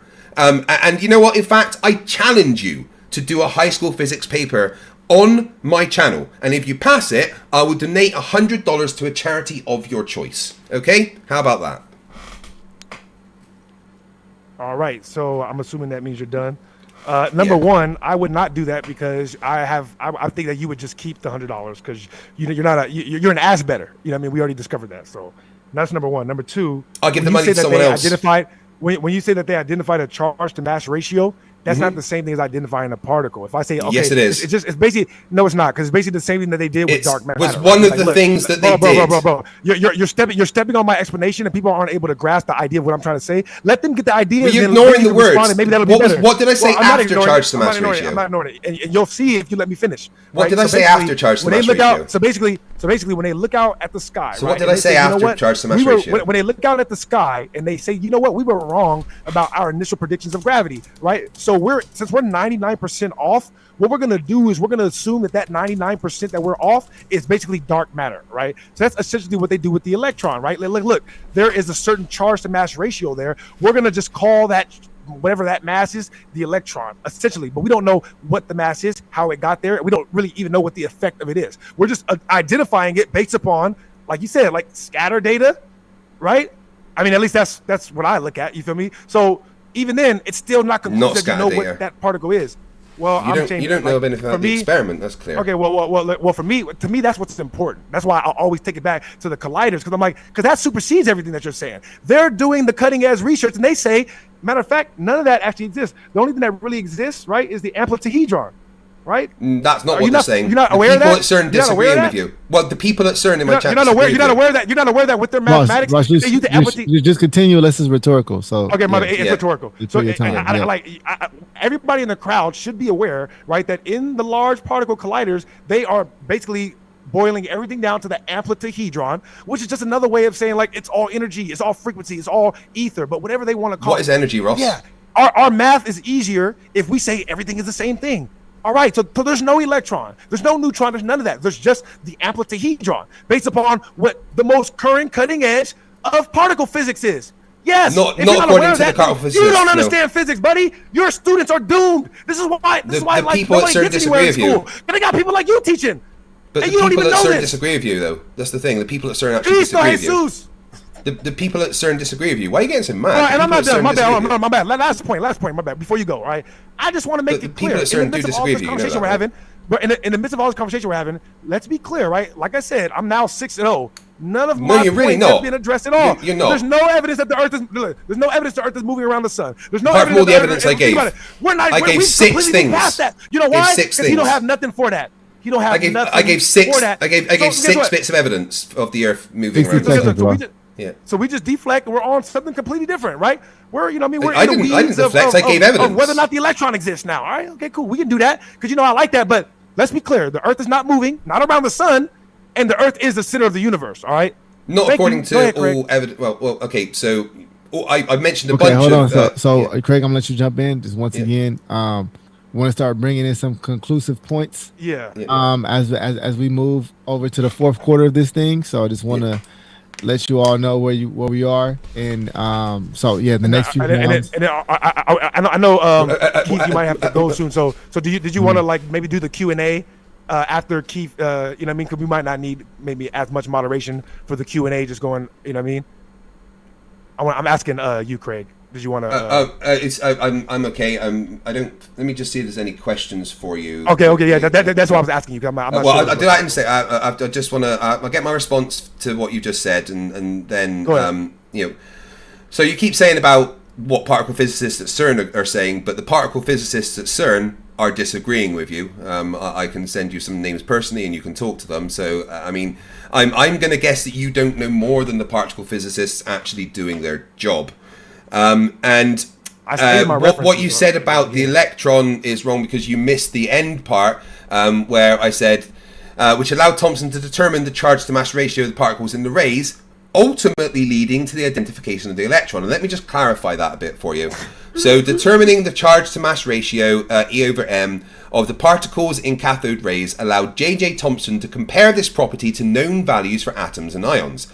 Thomson found that the E/M ratio for cathode rays was significantly higher than for any known ion, suggesting that the particles were much lighter than hydrogen ions, the lightest ions known at the time. This finding was crucial in concluding that the particles were a new, much smaller constituent of atoms, which he identified as electrons. So any claim that Ross makes that J.J. Thomson concluded there wasn't electrons is just false, because when he figured out the charge to mass ratio, this allowed him to figure out that it was actually a much smaller particle than anything we knew, and it was a component of an atom, not an atom itself, which he personally named electrons. It's still an assumption when you get to that last step, though, right? No, it's not. It really is, because he's like, hey, it's smaller than. So let's just assume it's this. They still haven't been able to manipulate variables. Like, how could we even do experiments on that small subatomic level? It's damn near told you impossible. what the variables were. The colliders are all we have. For the I already most told part. you what the variables It's were. still on Craig's time. Yeah, Ross, again, you just, it's like you haven't listened to the things I'm saying, because I literally told you what the variables in the cathode ray experiment were. I've already told you those things during this conversation, and you've just gone, there isn't any, when I've already said say them they're not to you. they're not manipulating them. How are they able to I manipulate told the you how variables they are on a manipulating. subatomic I level? literally went through On that a with you. subatomic level? I literally told you. level. I literally told you how they manipulate the variables, and you have not listened. I didn't That's hear the you thing. explain anything about manipulating variables on a subatomic level. I spent a whole few minutes talking about it, Ross. It's not my fault if you didn't even listen. You say you did, but it's not my fault, Ross. If you, though. it's not my You're fault, good at Ross. posturing. Ross, it's not my fault if you didn't understand or hear the things that I The said. problem is I did understand, Craig, and you didn't. You were just All posturing. right, let him continue, Ross. No, Thank you. Again, I told you specifically what the variables were, and you are now saying that I didn't tell you what the variables were. I told you specifically. Manipulate them. I told you specifically how and what they manipulated as the variables. I told you that specifically. I don't think you did, sir. I don't think you did. I'm writing down almost everything you're saying word for word. Every time you say something, I write it the hell down. So I really didn't. Right. So where? Let me just get back up the thing that I was reading about the IV. So the IV was the electrical and magnetic fields that were applied to the charged particles to see how they interacted, and they manipulated the strength of the electrical and magnetic fields to change the interaction with that magnetic field by the particle, which would have been the dV. So I did tell you what they were. It's not my fault if you didn't listen. Okay, so the reality is that even if they were manipulating the electromagnetic field in the way Craig, you say, are you finished with your time? Because Is this conclusions for this part? yeah. Just right, last okay. word, 30 Yeah, seconds. so right, so my final thoughts on this are that Ross has said a bunch of things, yet all the conclusions of all the things disagree with what he is saying, and then he's just dismissed out of hand all of the bits of evidence that I have given, while saying that I never gave them, almost like he wasn't here during the conversation. And I'm done. Right. Well, that couldn't be further. All right, Ross, you can close out for 30 seconds. And I'm ready to, because we were talking about that for a minute, but that couldn't be further from the truth. Like I said, we have a fundamental disagreement on what basically constitutes a proper scientific experiment, right? And to me, this is where the rubber hits the road, because they think that if I manipulate one variable, like the editing thing, right? If I move my position on Earth, that means I'm manipulating, right, all the variables in between here and the moon, right, that constitute a proper scientific experiment. You're not manipulating not even half of the variables, let alone identifying all the variables, because we're not on a subatomic level, so we don't know all the forces that are acting on it. You know what I mean? And I always like to quote Walter Luhmann, right? From MIT, right? He says, and of course, he has no way to confirm the first and the third thing, right? But the second thing is something that we can do experiment on. He says that gravitational forces are basically negligible, right, on our atomic level. On the subatomic level, on the nuclear level, the nuclear forces, but he can't confirm that because we can't manipulate variables on that level. That's we can. We did it. This is from MIT, okay? So, but he says that in the known world, right, our world is held together and ran by electric forces, not gravity. However, he does say, though, on a planetary level, gravity comes back into play. Like I said, in the first and the third things, he has no way to experiment on those. But he does have a way to experiment on the second one. Based on all experiments, electric forces are what hold those things together. So you don't actually understand all the forces that are coming into play to say that you manipulate all the variables properly to come up with a proper scientific experiment on a subatomic level to identify the damn electron. That's ridiculous that you would think that. Or teach that in your class. It's not my fault. Now who doesn't understand it? Right? Please. You. We're moving on to the next topic. Right. So what do you want to do? Do you want me to get some questions for you, Ross? Yeah, sure. Yeah, well, we could. Right. Yeah, we've been at it for a while, Right. Okay. So Doctor. That's why I said we're in the fourth quarter. Dr. Mantis Toboggan, for $5 million, asks, Ross, can you explain how an accelerometer works? No, I cannot. Go do your Googles. Next. So you don't know how an accelerometer works? It's not that I don't know how this. Well, how about this? Remember, I'm glad you said this. Look, whether I know how the accelerometer works is not going to change the reality of the world. All right. If you guys want to know the truth, go research the truth. All right. Trying to see what my particular understanding of the accelerometer is not going to make you right or wrong. It's not going to make me right or wrong. And you guys know if I'm wrong, I admit it all the time. I say, look, if I'm wrong, correct me. That's the point of me doing this. All right. I'm not like Craig where I want to fight. I'm not like Craig where I want to fight the globe Earth. I'm not trying to fight the other side. You are. The truth. You're the most aggressive flat earther I've met. You don't care about truth. You ignore truth. Right. So the question was simply asked to demonstrate how Ross doesn't understand anything about physics. An accelerometer measures acceleration by detecting a force exerted on a test mass within its structure. When the device experiences acceleration, the mass moves, and this movement is converted into an electrical signal proportional to the acceleration. The process allows accelerometers to measure the rate of change of velocity in one or more directions, making them crucial in various applications. It's not hard, Ross. These things are basic physics. It's not hard to read. You're right. It's not hard to read off a damn screen. Well, yeah, because this is all my scripts. It's reading stuff that I've written. Craig went on Google, typed it in. Like, why do you need me to do that? That's crazy. No, this is all things that I've already written. It's all my scripts. Ask me a real question. Ask me a real question. Trying to learn something, guys. Let me see if there's any other questions for you. You guys should know better than that. I'm like, everybody in this crowd has seen me a few times. You guys know I don't care about that. If I'm wrong about something, I'm like, all right, correct me, I'm wrong. You think that hurts my ego? No. Now get back to the conversation. Do you have proof the Earth is moving around the sun? No. You got proof I did that. The Earth is not the center of the universe? No. I did that. Game over. I did those already, so it's fun. I'm just seeing if there's any more questions for you. Bear with me. Come on, Craig. Everyone saw me give the evidence, and you just ignored it. Sure. Let's go ahead and let's get some final points here. Double check and see if there's any more questions for Ross that aren't going to trigger him. Oh no, you know me. Come on now, I was real offended over here. Ross, if electrons don't exist.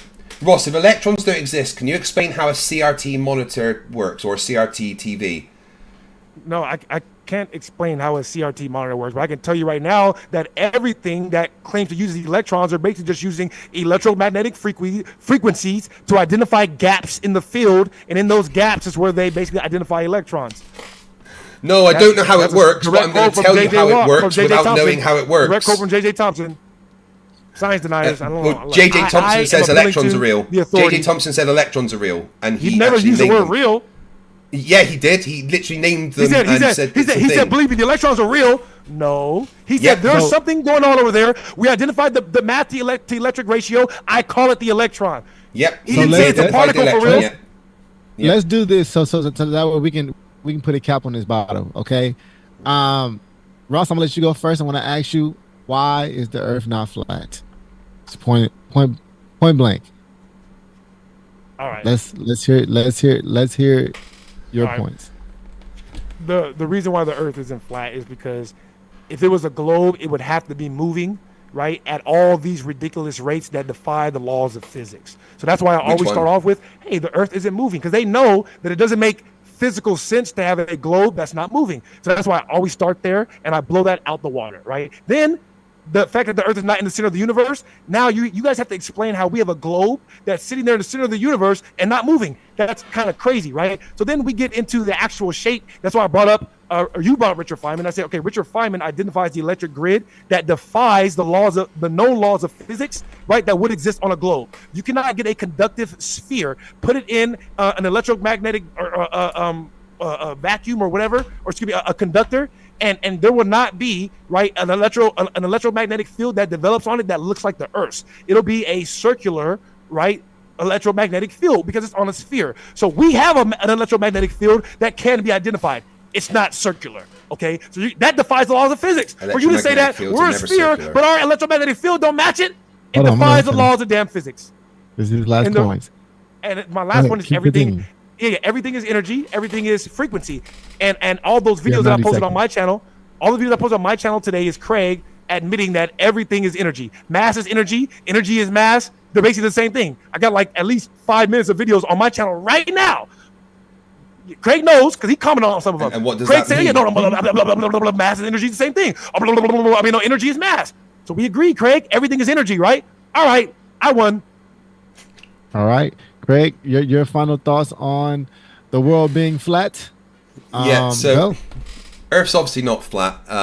All experiments, all observations show that the Earth is a globe. All navigation is based on the fact Earth is a globe. Pilots use a program called ForeFlight, which is literally a 3D globe to show them real time where they're going. All experiments to test motion of the Earth have detected motion of the Earth that we're supposed to detect for rotation. I've talked about spacecraft and everything showing that we've literally got pictures and videos of Earth moving in space, and Ross has just gone nuh-uh. Richard Feynman said that Earth's a globe and that everything about the Earth's a globe. And no, magnetic fields are not circular. That is really, I don't know where you would get that from. Magnetic fields are like go out and around from two directions. It's not a if you're looking at 2D, if it's 3D, if it's 3D, it goes out and around, which is what Earth's magnetic field does. It's not a sphere because it shouldn't be. It's not a sphere because it shouldn't be a sphere. The Earth's magnetic field is exactly as predicted to be. Ross spent a lot of time just calling me a science denier whilst denying the science and physics that the people are actually doing. The people that work at CERN disagree with him about everything that he said. There is not a single person at CERN that would agree with his assumptions about what they're doing at CERN. The fact is that Ross is a flat earther. That's not his fault. He's not stupid because he's a flat earther. He's a flat earther because he is stupid. And that's just how it is. So, I really do appreciate you coming in and moderating this, Keith. I'm sorry that you have to deal with someone like Ross as a friend. That must be infuriating. Well, but this is the reason why I brought him in, because if you notice, every time he tells me to calm down, I calm down because this is who I give deference to. We all have to have leaders and guiders in the world, and I know I'm out of control, just like you're out of control. This is why I respect you. So I bring in somebody that I will respect enough to calm me down when I do need to calm down, and I think it went well. I respect both of you gentlemen, and I appreciate both perspectives, and I think more debates like this should happen about a lot more topics. So it was a pleasure. Craig, it was a pleasure. Ross, always a pleasure. And until the next one. All right. Absolutely, Thank you very much, guys. I will speak to you later. Yes, sir. Have a nice one. I appreciate you again, Craig. Take care, man. Cheers, Ross. Catch you all later. And thank you very much, Keith. Yes, sir. Have a good evening. All Bye. right. Stupid is as stupid does, right? That's it. I just want to show you something, guys. This was my notes for Ross's evidence. Just maybe you can help me if I've missed something. So just bear with me one sec. Notepad, here we go. So yeah, here was my notes for Ross's evidence. Did I miss anything? I think I got it all right. I definitely got all of Ross's evidence there, right? Let me just double check. Oh wow, no, yeah, I definitely got it all. What do you guys reckon? Did I get all his evidence? Yeah. Aye. What a lot of fun. It's Monday and I'm tired because it's Monday and I'm in pain. I've got hopefully on Wednesday I'm going to be having Rachie on for an interview with an ex-Flat Earther, and on a Friday I've been asked to go back to Flat Earth Fridays on X, so that should be fun. I was supposed to debate Muslim from Mecca yesterday, but he pulled out, a bit like his dad should have, rather. So yeah, that was fun. Thank you everyone for being here. Had a lot of fun recently with you on the streams, guys. Excuse me, I do apologise. I'm going to read super chats and we're going to get out of here. Brenda Creates for $2 says, Craig, your debate with Flatzoid was epic. Thank you, I enjoyed it. My tactic was to not play his game. And all Flat Earthers games. Flat Earthers games are always, tell me what this is. And then you tell them what that thing is, and then they go, no. So, Flatzoid always says it in a particular way. He's always like, do you know what this means? And then you go, yeah, I do. And then they go, tell us what it means then, right? So what I was doing, my tactic was to answer his question. When he asked me, Craig, do you know what this means? I'd say, yes. Yes, I do know what it means. And Flatzoid, could you explain it to us? Taking the wind out of his sails, because that's what he wanted to do. He wanted to ask me to explain it, but I asked him first. So then he went, no, you explain it. I'm like, oh, but I asked the question first, so why don't you explain it? And then that turned into him going, no, you do it. No, you do it. I asked you first. Which is, I thought it was quite funny. Marcus Wynn, $10 says, ancient Sumerians mapped out the solar system. Yep. But, you know, they were smarter than Flat Earthers. So... and I said at the beginning of the stream, if I get 400 likes, then I'll take off my clothes. But, you know, we're only at 236. So you better get smashing that like button, guys. Dr. Mantis Toboggan, we read that one, thank you very much. PhD Tony for $5 Australian. Does anyone else think that Ross's problem is that he speaks so quickly and incessantly that his brain has been completely anorexic for like 30 years? It's possible. He sucks all the oxygen out of the room.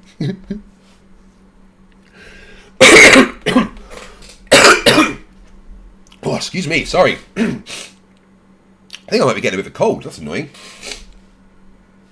Dave Allen says, drink a pint, Craig. Maybe tomorrow. I could do with a fucking drink. Ryan for $4.99 says, why did IFT2 bounce off the dome and not IFT3? Stupidity is not right. Fight the flat earth. Yeah, it's magic. Elon hit the dome with the first one, but it went through it with the second one somehow. Near Cole, member for 13 months, says 13 months of support for science. Oh, and shut up, Ross. Randomly Epic, member for 10 months, says this guy is so dense, I'm surprised he hasn't collapsed into a neutron star yet. That's actually how all neutron stars in the universe are made. It's flat earthers. Vic from Canada, $6.99. Seriously, it kills me that we live in a world where someone could be this confidently and arrogantly wrong and stop lagging like frigging Ernie. Am I lagging? Was it lagging? What's going on? It's not my internet, because I'm outputting like full 1080p, like at 30 frames a second with a high bitrate. So if there's any issues, it's YouTube and not me.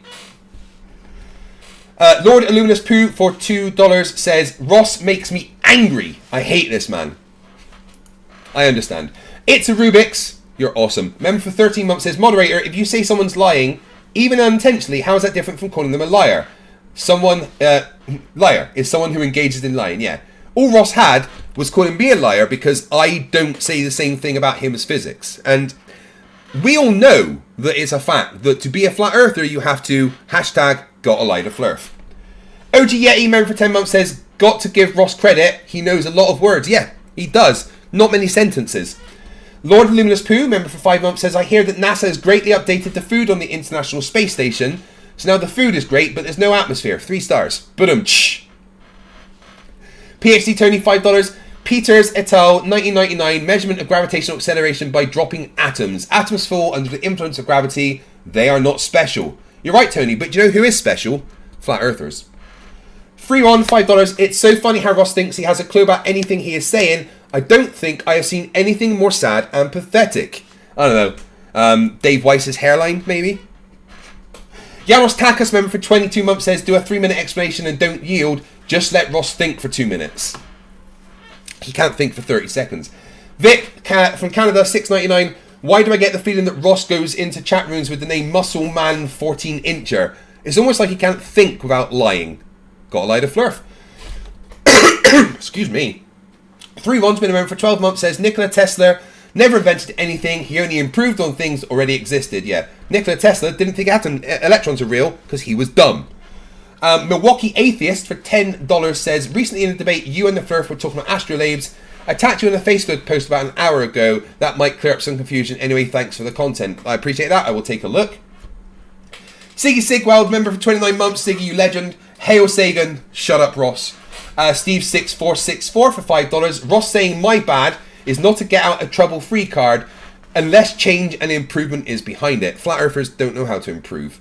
JSS Tiger for $5 to Ross. Does fast talking get you brownie points with your chat? Do you care about making sense? His chat, what, the 3 people watching and one with his mum? Sohonitis, member for 3 months, says Ross for Top Left 2024. I don't think anyone has the ability to piss people off like he does except Witless. Not sure how you keep doing this, FTFE. A lot of cannabis is the answer. Zettabyte Hero, $2, says this guy might be worse than Mindshock. Don't know. He's pretty fucking thick. Stringer's one gifted 5 memberships. Thank you very much. Oh my god. Honestly, about 1,500 members now. PhD Tony, $10 Australian. PhD Tony, of course, being the only real man in the room. You can understand why Ross doesn't believe electrons exist. He's instantly skeptical that anything could be much larger than his brain. His brain's basically a quark. Austin Salmon for $2 says, this isn't a flat earth debate. It's an is science real debate. Yeah. Because flat earthers don't have evidence for flat earth, so they can't debate it, of course. Fermi Consistency for $2 says Ross brain diameter less than the Planck scale. Yep, that's fucking true. It's actually the new measurement. Not like that. Not that Luke Perry for £2 says just another pigeon chess match. Fun though. Yeah, there's shit all over the board now. Fucking hell. Jace, and this is their. Sorry, internet cut out for a second there. YouTube, not me. Lord Loomis Pooh for $2. I know what Ross is smoking. I don't want any. OG Yeti gifted 5 memberships. That brings it up to 10. Thank you very much. Fuck YouTube for $5. Stop saying my bad. The word bad is an objective, not a noun. They don't do words really well. Marcus Wynn for $10. Question for Ross. Did you know that ancient Sumerians mapped the solar system with planets around the sun? Sorry if I missed that. I do apologise, but Ross will just waffled nonsense anyway. Melodic Lyrics. Oh, I skipped. Guys, so many super chats. A lot of you are asking what this is. It's the blood of my conquest. It's the blood of my vanquished foes. So, yeah, you can't have any. It's all for me. Steve6464 for $2. Maybe Ross should listen more and write less. Yeah. 2 ears, 1 mouth. Ratio should use. Melodic Lyrics, $5. Okay, if we're doing questions for Ross, how does Ross account for seeing electrons and their antimatter counterparts in cloud chambers? He wouldn't. Oh no, it's Andy for £2 says, Ross, do you now think the world is a globe? MIT guy. Yeah, I mean, he's quoting someone who thinks the Earth's a globe, right? Professor Phil Bell for $2.99 Australian. Ross explained galvanic cells and redox reactions. He couldn't. So, yeah. Lord Loomis Pooh for $2. I think you got some twice on the evidence list. Maybe, I don't know. Let me see. Let me double check. No. No repeats there. Sorry, I don't think so. I may have missed some stuff. Lovebot for $1.99 says make sure to like 300 likes and he shows his feet. 400 likes and I get naked. Lord Luminous Poo for $5. Fourth law of Flerf. When a Flerf says right, it isn't. No, I mean, statistically, you would think the flat earthers could be right sometimes. It's actually incredible that they're wrong as often as they are. MB for £5 says Ross really is a dedicated moron, the personification of Dunning-Kruger. I feel sorry for all that are unfortunate enough to meet him. Yeah, if anyone's ever loved him, they were wrong. The Casual Engineer for $5 Australian. To borrow PhD Tony's phrase, Ross talked like a coke-addled F1 driver. Cross between Witless and Caleb. That's scary. Guys, thank you very much for tonight. It's been absolutely incredible. I love you all. Thank you for being here. I don't love you, Gary. Now, you know what we do at this time, and hopefully the internet doesn't crap out in the middle of me playing this amazing song for you all.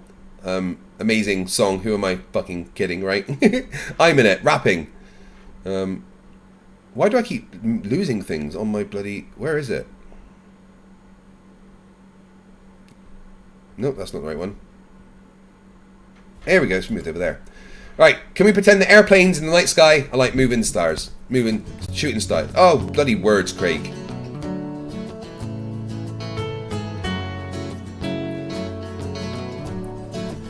Can we pretend that airplanes in the night sky are like shooting stars?